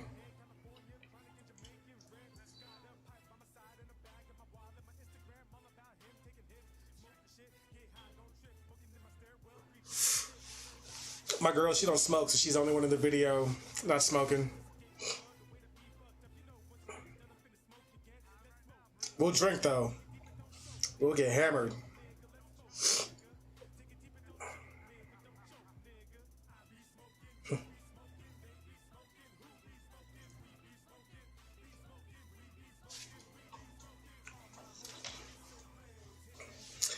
My kind of deal right now as an artist is I want to be the person that people chill with. You know what I mean? Like, I can be aggressive if I need to, you know. As you heard on the G-Man track. Hell, I can get real ratchet if I want to. But at the end of the day, like, I'm the kind of person that everybody likes to kick it with, you know what I mean? That's just who I am.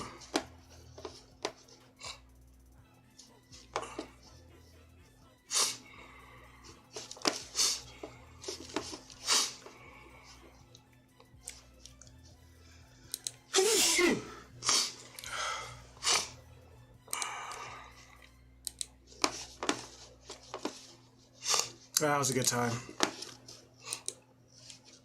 That was a good time. Oh God, everybody, I'm gonna be sneezing a lot tonight, I feel like. So I apologize here in advance, because my allergies are on stupid right now. I don't know how, I mean, bro, we're about to get cicadas in this city. It's about to be so dumb. So fucking dumb. Ginger, I don't know what time I'm ending this, honestly. I just got the new blizzle lit up.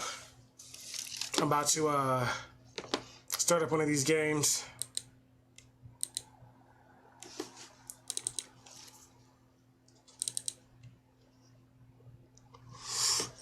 Sometimes they'll start, sometimes they won't.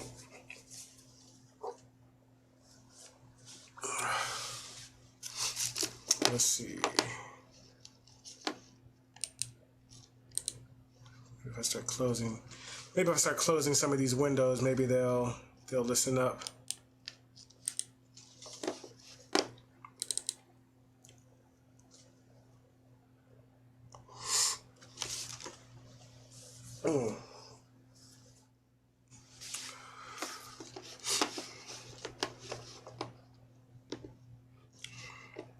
But yeah, I don't really have an off switch for when this is happening.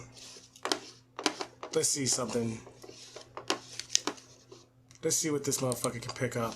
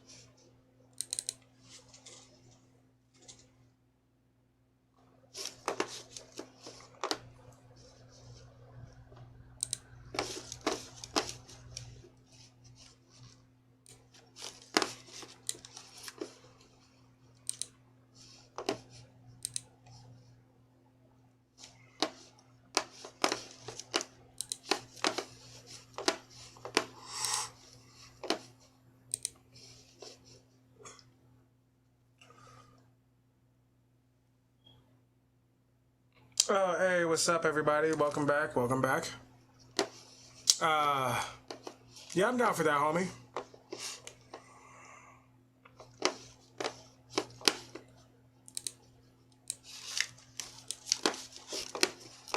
Let's see.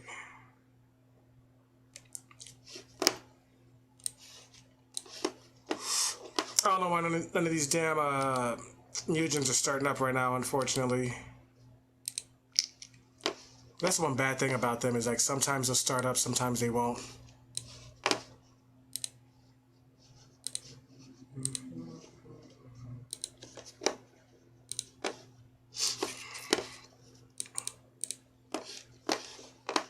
Let's see.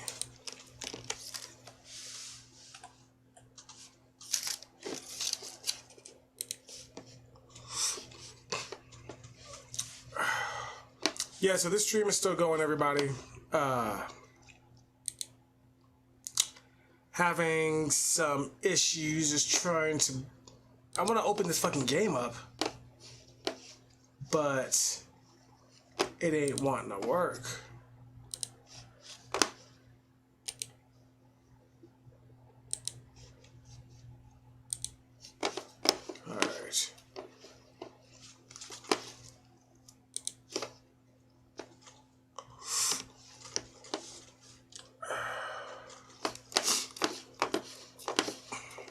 So welcome everybody to the stream. If you guys are new here, we just got done talking about Wandavision. I just showed you guys a few of my motherfucking music videos, and right now what I'm trying to do is open up one of these damn Mugens I have.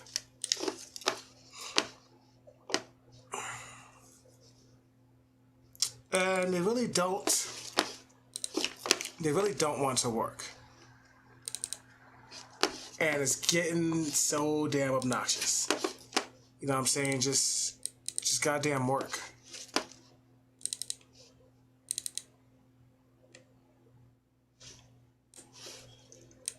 This is one of those like have to reset the computer kind of deals. You know what I mean?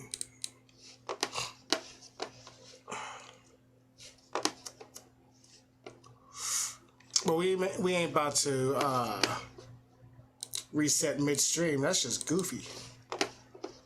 So what I'm about to do is play some more of my music as we sit here and blaze. Because that's a good thing about having your own tracks. So let me just share this here screen.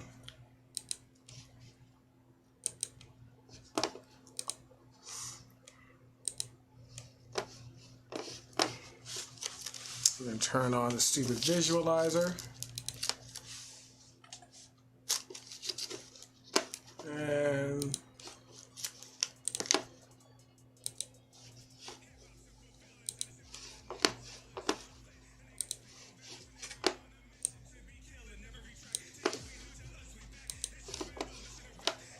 that's not what I wanted to happen at all.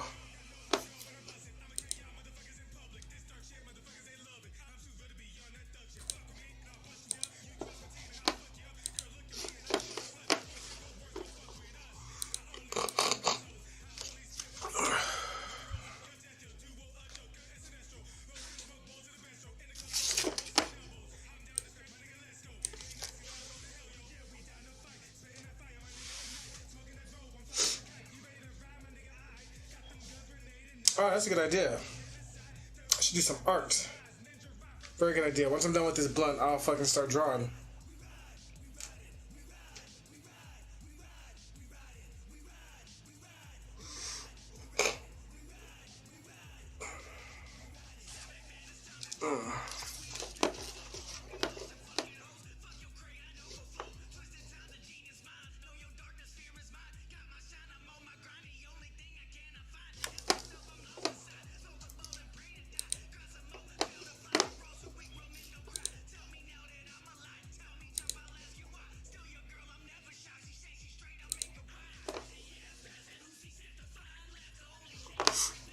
Nice. Good idea.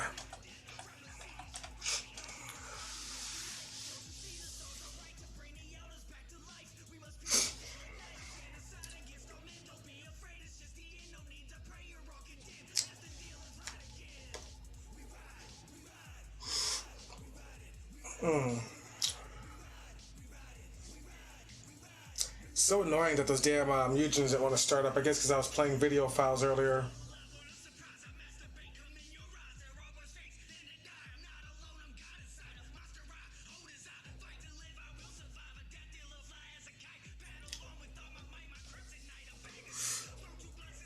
You know,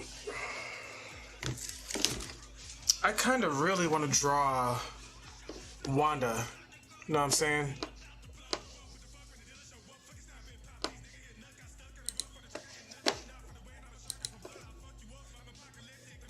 Just minimize.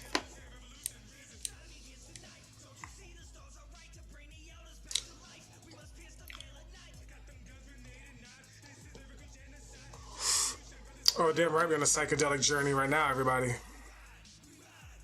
Alright, so let's see what's about to happen, though.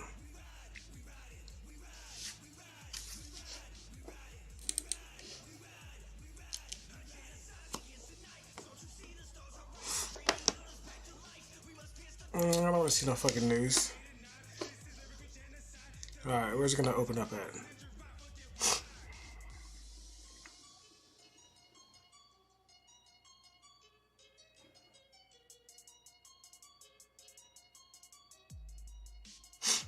Take your time, yo. I still got this blood left.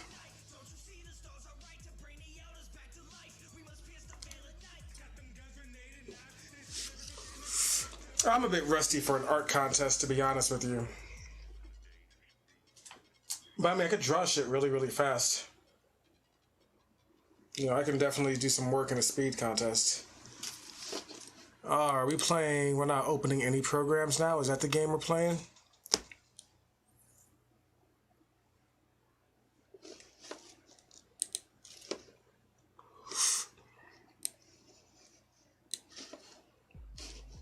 Ah, here you are.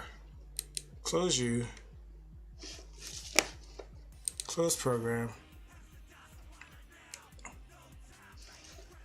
First off, yeah, it shouldn't even be opening in that damn screen. Alright, let's try that again. Fine, I'll see your... I don't want to see your news. This fucking program's giving me an attitude and shit.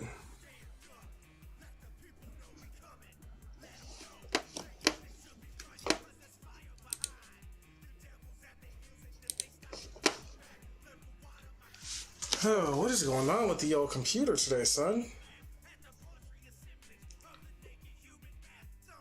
This bitch has performance anxiety, man. That's what it is.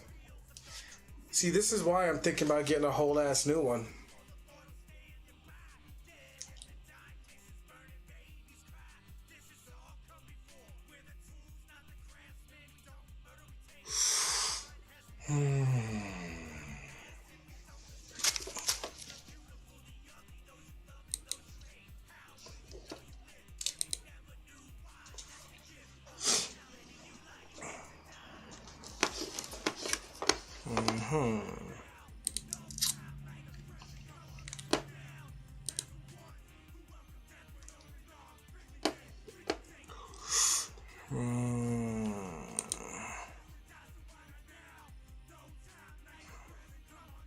Well, that's strange.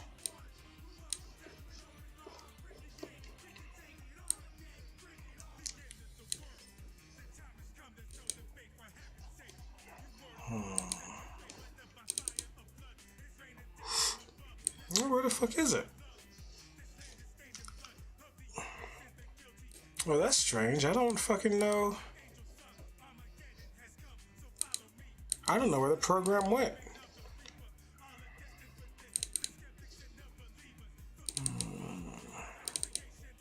There you are.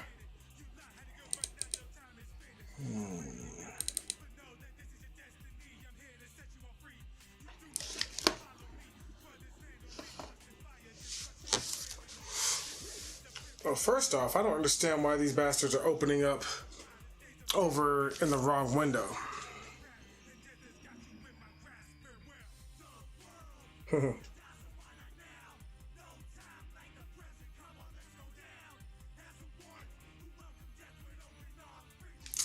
This is frustrating right now.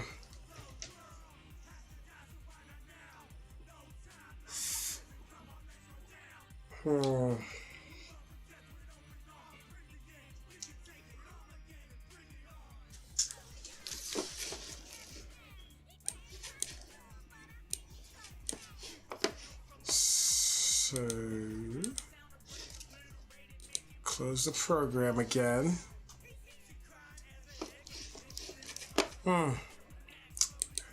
I don't know what to tell you, Ferda. This ain't working. Let's try this one, I guess.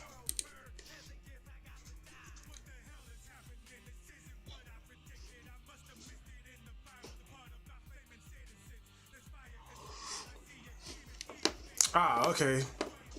Alright, kids. Looks like we got something. I'm not familiar with this program. I'll be honest. Alright. Let's put me over here.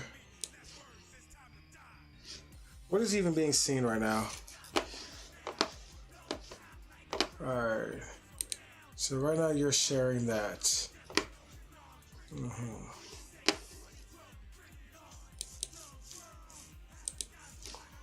Heard. Okay. Oh, stop being so awkward. Who stretches out to that? Alright. Uh-huh.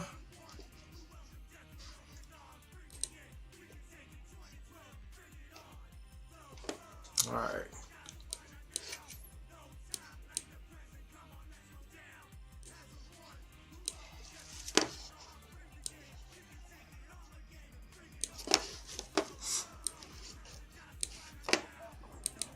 No, I don't want to do that.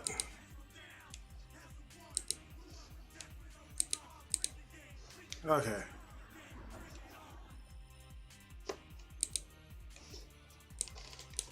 Alright. We're gonna stop the visualizer. Okay.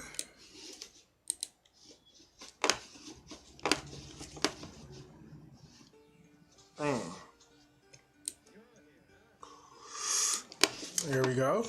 There we go. Alright.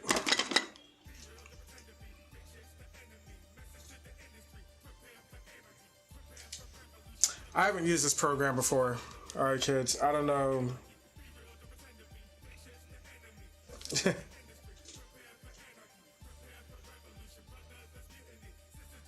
My computer's a whore. I swear to God it is. Alright.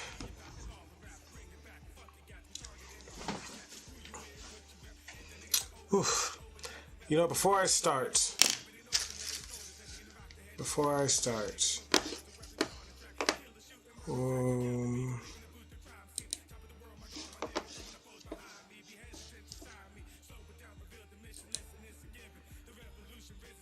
I really didn't do anything.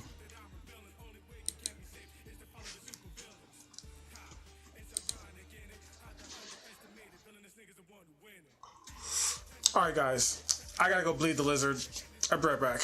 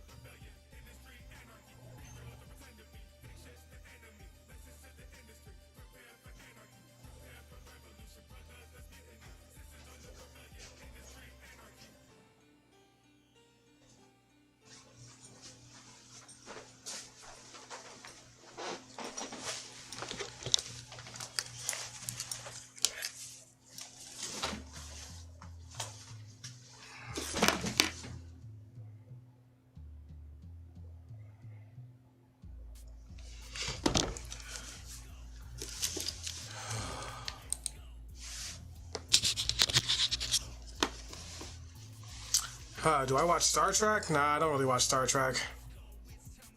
I'm a Star Wars motherfucker. Feel me? So, let's check this program out. It's called Critter. Critter. That sounds weird. Well, let's get it. What's that button do? Well, we don't need that one open. I can close that though. So, what do we have here? Bunch of layers. Why is it giving me... Alright. And I'm on pencil right now. Let's turn the pencil green. How big is it?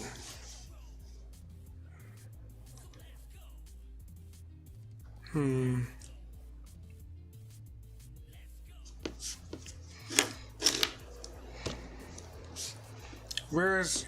Do you guys see size anywhere? I'm not... Oh, he's backstage. Hey! Hold on, we got a special guest. Hey, what's up, man? How you doing? Hey, what's up, homie? Welcome to the show. Everybody who's in the chat, this is Ginger Nation. Out here blazing with me. What's good, bro? Good.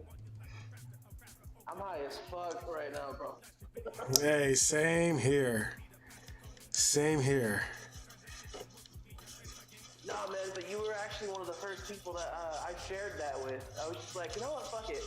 I just recorded this freestyle, let's see what people got. And everyone was just like, holy fuck, when were you able to do this? And I'm like, I've been able to do it for a while. That's dope, yo. That's, hey, it's rare to find. So were you like off the dome freestyling? That was just off the dome, me high as shit, and I was just like, you know what? These people have started shit with me. I'll take a quick shot at them to see if they're still around, and then I was done. That's pretty much it. Nice. That's what's up then. Shit, yeah, I'm over here. Shit, I don't even know what the fuck. I see what my stream sees. I have to work this out of 2 damn programs whenever I want to add somebody on. So I'm using StreamYards and Streamlabs at the same time. I'm still getting the hang. I'm still getting the hang of this shit. No, I feel it. Yeah. I'm not the best at producing my own shit on YouTube either. I'm gonna be 100% honest. I do it by the seat of my ass. Right. I get by every stream by the hair on my ass, and I'm just like, all right, that went well apparently. Yep, that's how. I mean, I'm still getting the hang of this whole shit. None of it makes sense to me, honestly. I want a darker eraser. What the fuck? I do have to say, by the way, to anybody that does end up watching the track, that is not my own beat. That is made by Antonio beat. Guy is fucking flawless. Go check him out. Should have him send me something. Oh, dude, it's a free beat. Nice. Real shit, it's free. Because once in a while I'll get bored and I'll walk around my neighborhood and just listen to beats and freestyle on them. I have to be quiet because I don't want to hold a lot of people knowing I can do that. Yeah. Like, oh, do it. Every fucking time they see me. Yeah, dude, that's how I feel whenever I'm whenever I'm at work or whatever like that. I'll start freestyling to myself, but I don't want people to hear me. You know, I'm not trying to fucking put on a free show. It's obnoxious too, man. Yeah, I like doing it sometimes, like, all right, fine, fuck it, I'll prove that I can rap. And then other times it's just like, yo, I'm just trying to listen to music. Can you leave me alone? Like, I'm over here in my own world. Leave me the fuck alone. What I need to start doing is I need to start recording my freestyles.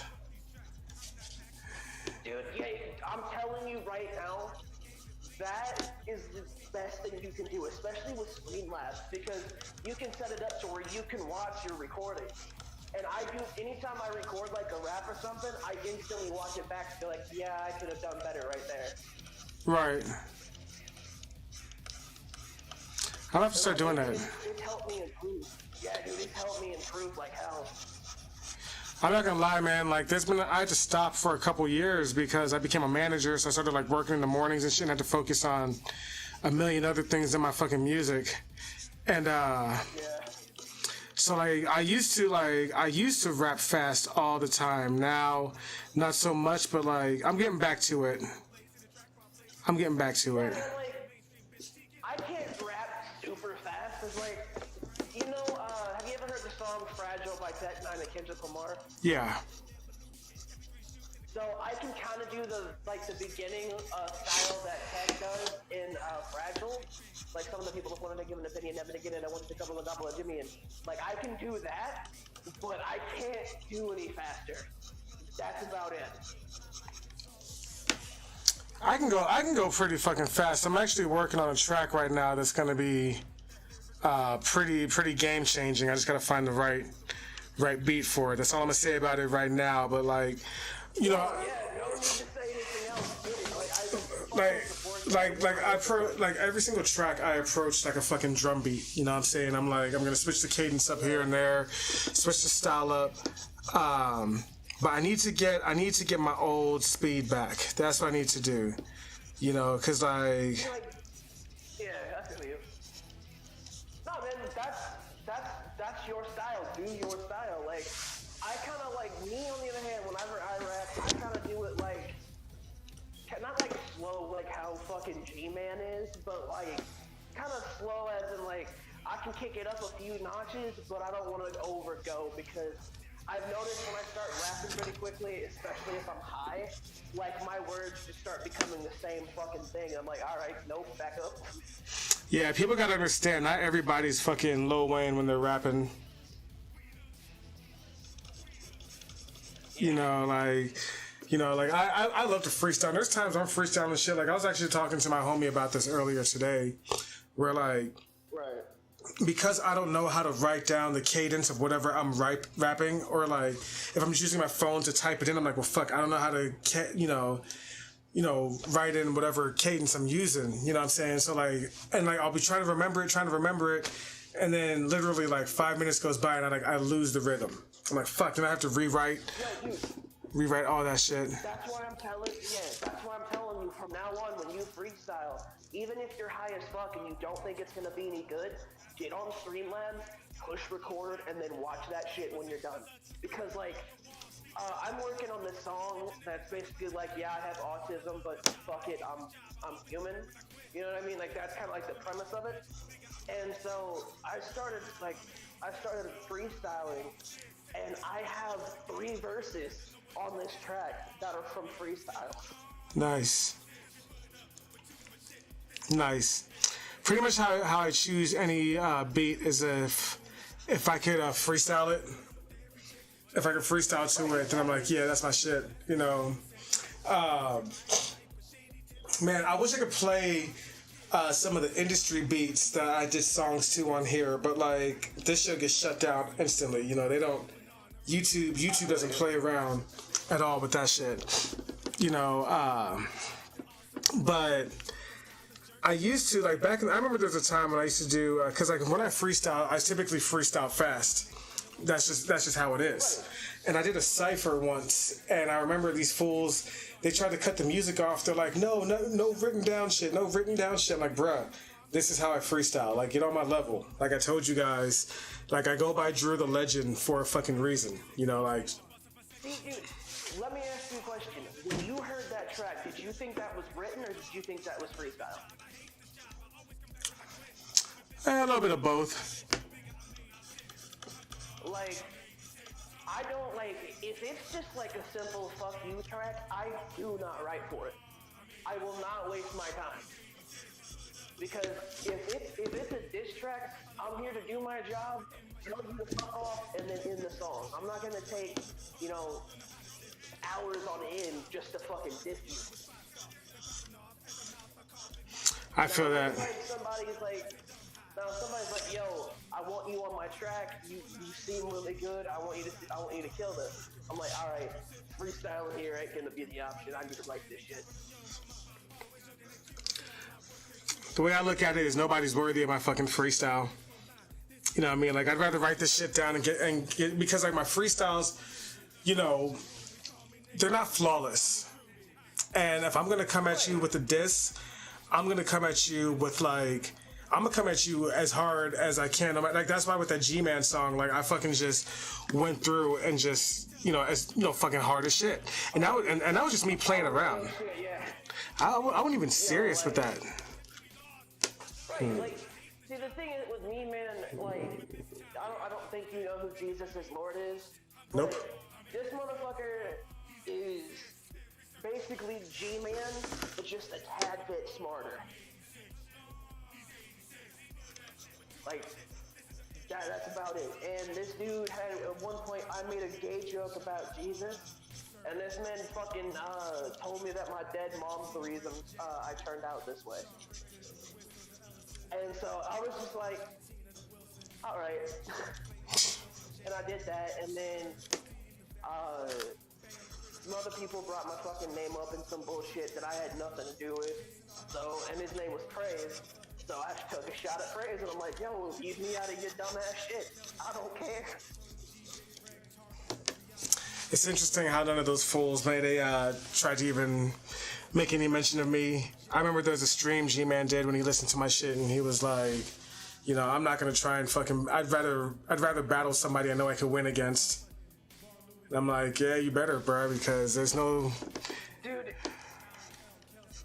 I've been wanting to do a G-Man diss track for a while now, but at the same time, I was just like, why though? I don't know this dude. I don't give a fuck about this dude. Why would I diss him? Like, now, if he was talking shit about one of my family members or some shit, oh, for sure, like, all right, now I'm gonna get your attention, promise. Right. Like, don't bring my family into this shit just because you're a petty ass bitch that can't beat me. Like, really? Oh, what the hell happened here? No, yeah, I feel you, bro. I'll tell you what, I'm not gonna waste none of my time on trying to diss those motherfuckers anymore. They're just, I'd rather a challenge. You know, it felt like talking about a fucking, you know, a special ed kid. Like, man, there's no honor in this. You know, it was, you know, oh look, I have bars. Anybody can have bars. You know what's really fucked up is a lot of my friends knew that I was autistic and heard that I could rap, right? And they're like, yo, let me hear you rap, because they thought I was gonna do some shit that autistic people do. And I fucking floored their ass, and they're like, wait, I thought you had autism. I'm like, yeah, but I'm not retarded. Right. You know? And they're like, you can't use that word. I'm like, you guys are literally treating me like that. Do you not understand what you're doing? Right. You may not be saying the words, but you're treating somebody like that. So, I would love G-Man to go and say something to me, right? Or somebody be like, oh, well, he ain't worth my time. He's got autism. Because I promise you, I will make sure you have time. Well, I'm not gonna waste time really talking about him because over in this side of the internet, he's nobody. You know. But dude, so I'm actually looking to do a few people in a cipher, and that's what I hit you up for. I was like, yo, I'm working on something. I'm gonna write my shit and try to buy a beat from somebody that I know, and I want to get a few people on this shit. And I had heard about you, but I never saw you until that G-Man did. And I'm like, all right, now I gotta listen to this dude. Well, I'm down, yo. I'm always down. I'm always down to get on anything for real. Right, like the thing is, I'm looking to get like people from all over the fucking place, like nerd rappers, like you do collection rap. Like, I'm looking to get all of that shit and be like, yeah, so just because we like this shit doesn't mean we don't like other things. Right. You know what I mean? Right. Well, you know, this new album is a collection shit, but the kind of rap I do is pretty much everything, honestly. Like, I literally, like, it don't matter.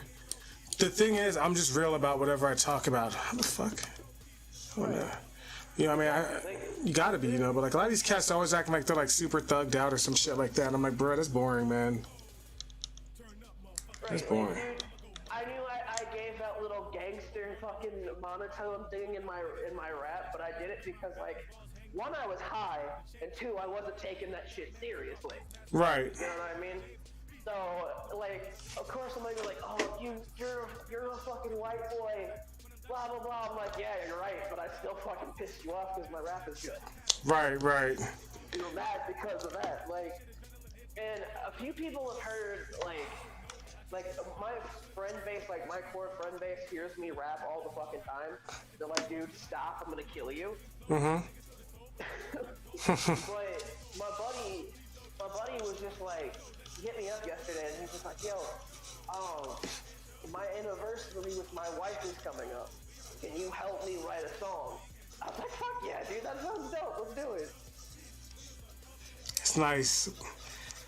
You know, I can't write, like, I've tried to write like song, like sing song type shit, and it's so different. It's so different than what I'm used to. I end up just writing a slow rap. But like my mom, she was a singer. Yeah, I can't sing. I refuse to sing. I will not sing on a track. That is one thing I will not fucking do. Like, ever. I don't care if auto-tune gets perfected. Y'all motherfuckers ain't getting me to sing.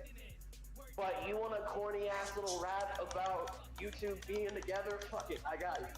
Like, and that's all he wanted. He's just like, yeah, dude, please do not sing on this song. I've heard you sing and it's fucking awful. Don't. At least he's real.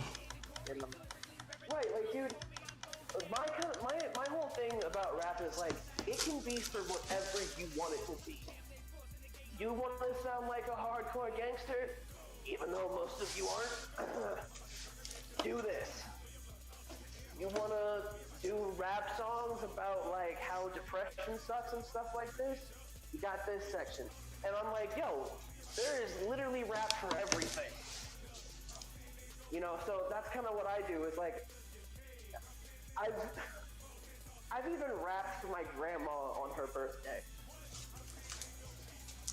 That's nice. You know, yeah, like, if I can't use a talent to not just to only help myself, then why do I have this talent? If that makes sense. Right. Right, exactly. But now, now the rap game all it is I take really fucking beats and ruin with shit ass lyrics. I'm like, I fucking hate you guys because I could be in that position with those beats and actually do something with. Unlike yourself. You're breaking up, by the way. Alright, who? Hang on.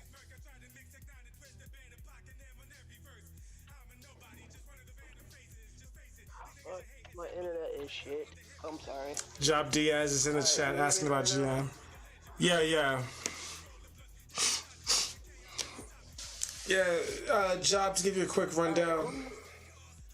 Hold on 1 second. To give you a quick rundown on G-Man, he's just some dude who is a overzealous religious nut who is filled with just hate and bigotry and will support like racist people for no reason, you know, and just fights against atheists and shit like that. It's just apparently people like he's been on this scene for like 10 years, the same motherfucker.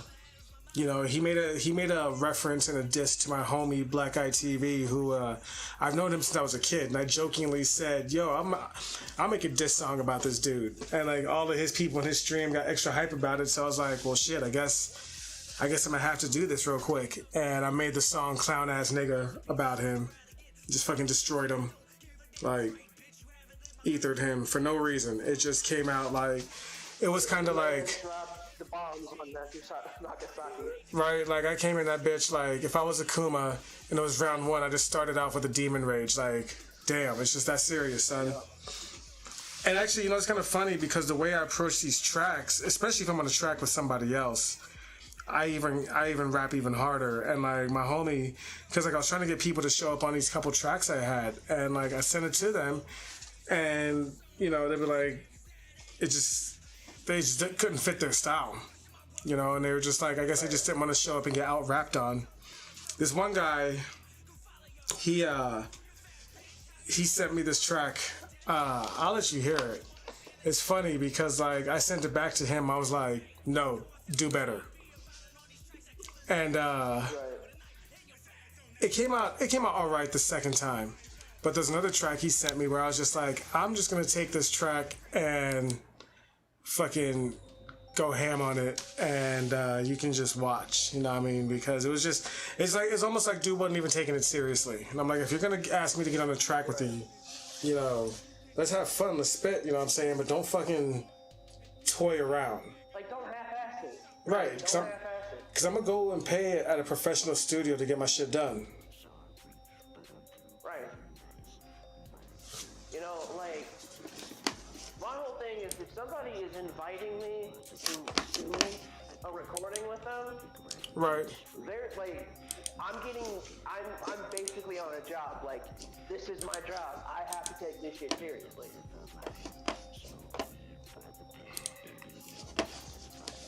Yeah, definitely.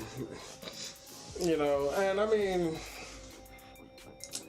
the way I look at it is if I come to a track and somebody's a better rapper than me, that gives me an opportunity to become a better rapper myself. You know. Right. I don't know about this fucking art program, to be honest with you, man. Like, I'm not a fan of this shit. Like, dude, I'm gonna be real. That shit that I sent you, that's the very first rap that I've done on YouTube. That I took seriously. Oh yeah? Like, well, it wasn't serious, but it was just like, okay, I'm not gonna half-ass my shit. I'm gonna have fun with it, and I'm gonna still do what I can do. You know, Yeah. because it's not like, here is my thought. I'm sending you something that you're taking time out of your day to listen to. Which is gonna be better for me? Me half-ass my shit, and you're like, yeah, that was alright, but kind of a waste of time. Or me doing what I gotta do, and you're like, that was fucking worth the 2 minutes it made. Right. I mean, and that's, you know, I'm glad you took it seriously, man. Like, you didn't make me listen to some bullshit, because I would have told you off rip, like, yo, your track was garbage. Don't send me nothing again. You know, like, don't fucking waste my time. You know, just because you heard me rap. You know, there's so many fucking times where, like, I'm at a bar or some shit like that, and some asshole, he, like, if I'm doing karaoke, I fucking love doing karaoke, bruh. And I'll do karaoke, and I'll get up there and I'll fucking, you know, spit. You know, of course, I'll fucking spit some fire. And there's always some asshole who gets up there and does some goddamn Vanilla Ice, and then walks up to me like I'm supposed to be impressed. I'm like, bruh, who the fuck even are you? You know, like, good for you. You know, ice, baby. But Yeah, dude. Like, when I had hit you up to ask if you wanted to do a track with me, I knew goddamn well that I had to prove that I could do something. And I'm like, what's just something I can rap about that shows that I can fuck with people, but at the same time I do my own thing. And I scrolled back through some shit, and I'm like, yo, I was thinking about doing a diss on Praise and Jill, and this beat is hard as fuck, so I could not escape that beat. I swear to God.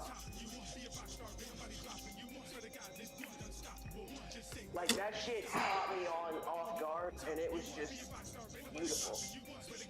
So, like, I was like, fuck it, I gotta use it. right. That was a hard ass beat. I'll give you that. That was. I love hearing a good beat that makes me just want to fucking go ham. Bro, I was listening to some, like, Naruto lo-fi type shit, and I'm like, yo, this isn't lo-fi. You can call it that, but this shit, like, this is good shit. Because when I think of lo-fi, I think of, like, some fucking synthesizers, and that's about it, you know what I mean? Right. But, like, this was like a full-on fucking rap instrumental, and I'm like, this shit is dope. I don't even know if I've ever heard that shit before. But I don't really take my time like listening to instrumentals anymore. I need to. Like, if I come across them, don't get me wrong. If I come across them, I'm like, fuck yeah. Right. Like with me, what it is like I sell insurance, right? So there's gonna be time whenever I'm setting up to find an appointment or something, like find somebody to make an appointment with. I'm just listening to I'm listening to music and working. Like, and I don't really listen to, like, if I'm trying to read shit, you know what I mean? I don't listen to things with lyrics in it. 'Cause I have dyslexia, so it'll fuck with me. And so I listen to just beats and shit, and I'm like, yo, wait, go back to that one. Let me hear that again. Nice. Well, I mean, that's cool that you got, you know, you're able to do insurance and everything. Do you have like an insurance license and whatnot? Yep. Yeah, I actually got one of those too. I was selling life insurance for a minute, but like, I just really didn't fuck with it. Honestly. Yeah. I heard it's tough to get, like, it's always tough, but like, I'm kind of into it. Not gonna lie.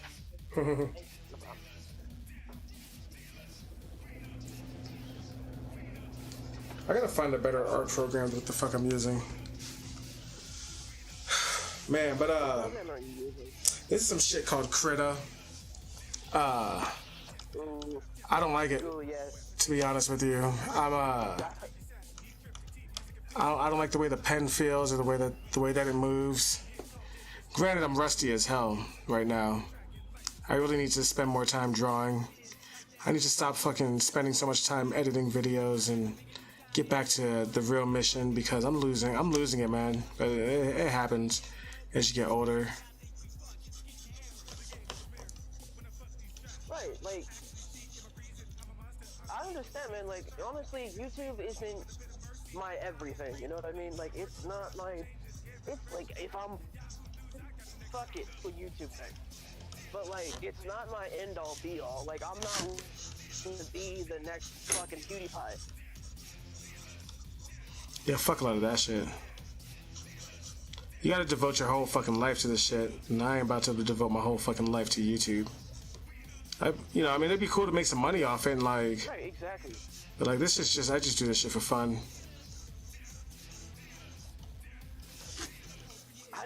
Dude, I don't, like, if you're under 10K, and you're like, and you've been doing it for over 10 years,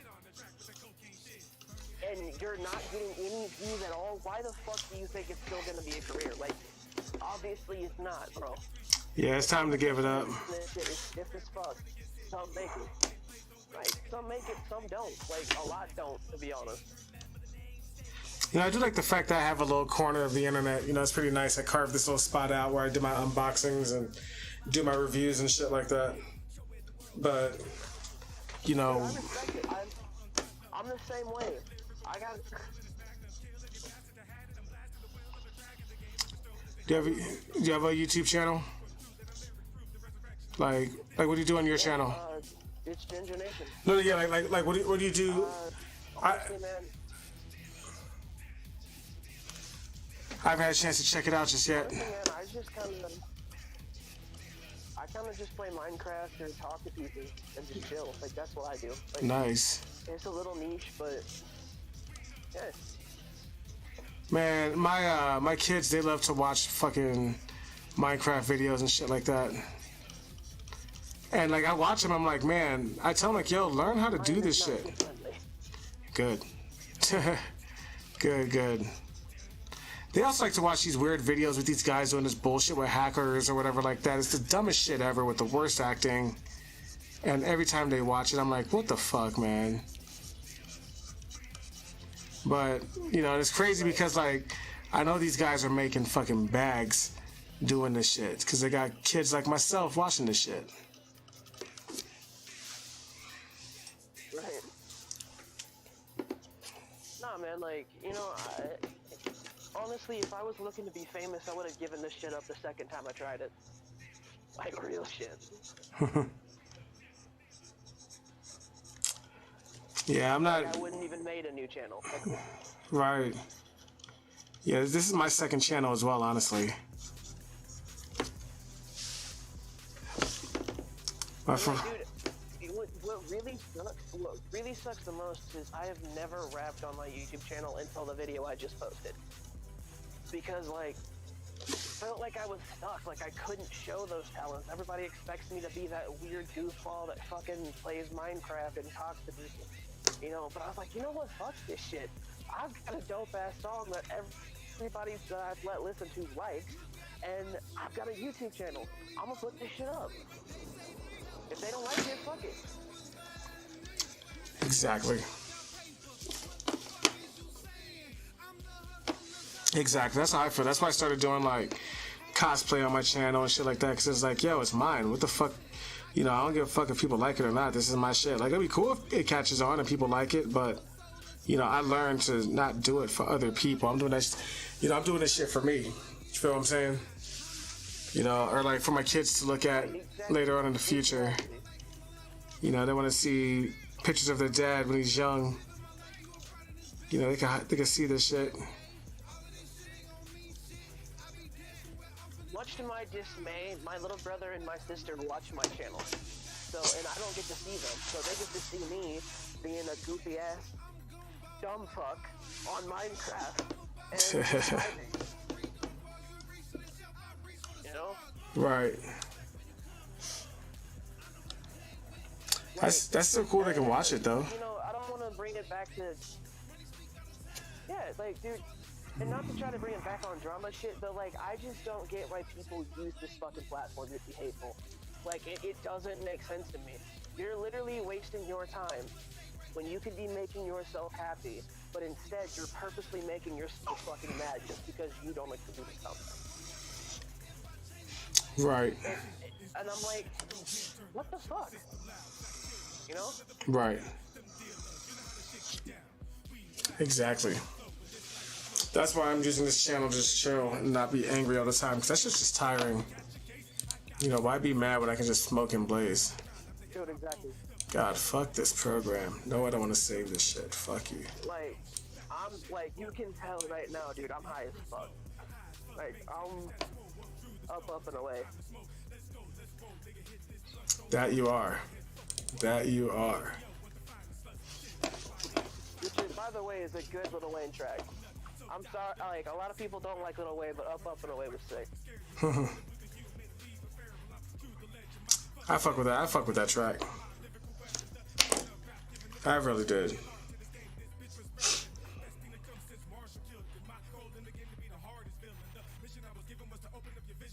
So, like, what, who in your opinion was the best Joker? And I swear to God, if you say Jared Leto, I'm leaving. I want to see what he does with this new shit. You know, like, apparently he got shafted with Justice League or Suicide Squad or whatever. But my favorite Joker is a tie between Jack Nicholson and the dude from Gotham in his first couple seasons. Everybody likes Heath Ledger. What? And Heath Ledger did. No, don't get me wrong. I think he's great. He's just not my favorite. I think he did a great job, but his Joker, he made a whole new Joker. You know what I'm saying? He didn't make a real comic accurate Joker. He made a whole new realistic. He made it his own, and I respect the fuck out of that. But did he though? Like, none of them had the scarred face before he did it. Like the fucking smile, you know. I mean, he was dark like the no man's land Joker. So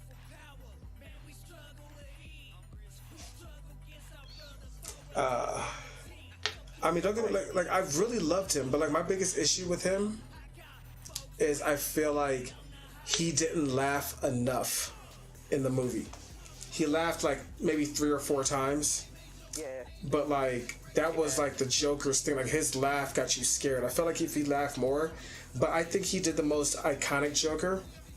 I think he did the best original Joker. I think Jack Nicholson, I think he did the best movie comic Joker, like that gangster style practical Joker who still kills you with an acid flower and shit, you know. But that kid from Gotham, have you ever seen him? Jerome.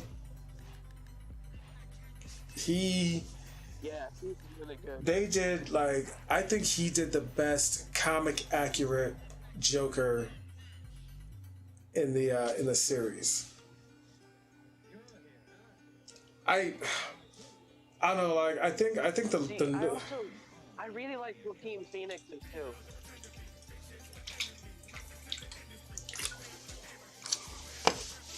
Yeah, I think he did a great job. Joaquin killed it. He did a great job. You know, he definitely did his own Joker. I think he is up there with Heath Ledger as far as taking the Joker character and like really adapting it really well for live action. I couldn't imagine Joaquin's Joker fighting fighting Batman and shit. You know what I'm saying? But I could definitely see him. Have you read the comic of the three Jokers or whatever? Yeah. Yeah, I could see him definitely being like the older Joker, you know. So I think he did good. I really hope that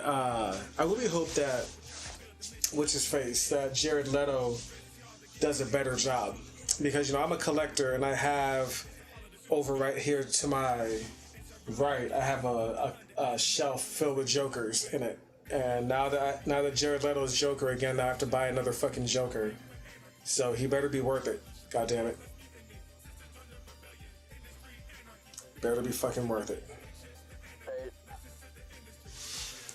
But I'm looking forward to that. We got Justice League coming out this week, actually. Right? I think Justice League, because it comes out the 18th. And then Godzilla vs. Kong. I'm really looking forward to that. Team Godzilla. Zack Snyder. Team Godzilla all the way, baby. Job Diaz says that his favorite was the guy from Gotham. I agree with that, and he didn't like the Joaquin Phoenix Joker. I can see why, though. I mean, Joaquin Phoenix, I mean, his shit was too real. Shit, you didn't put your money in that, did you?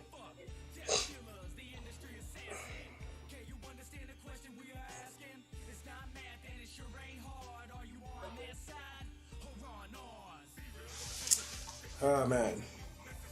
But, you know what, man?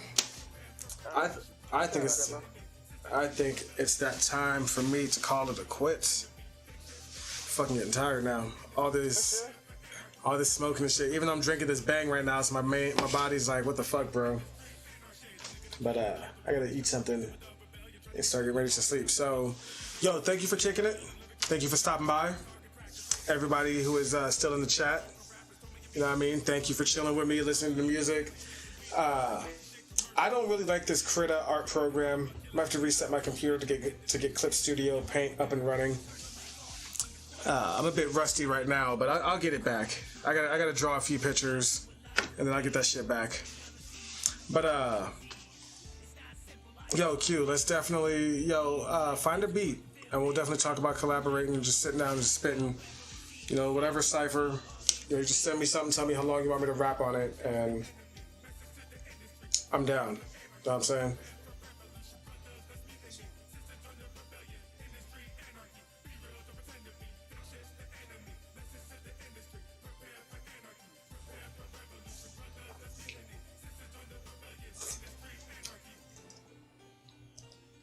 Shit, am I back? Hello?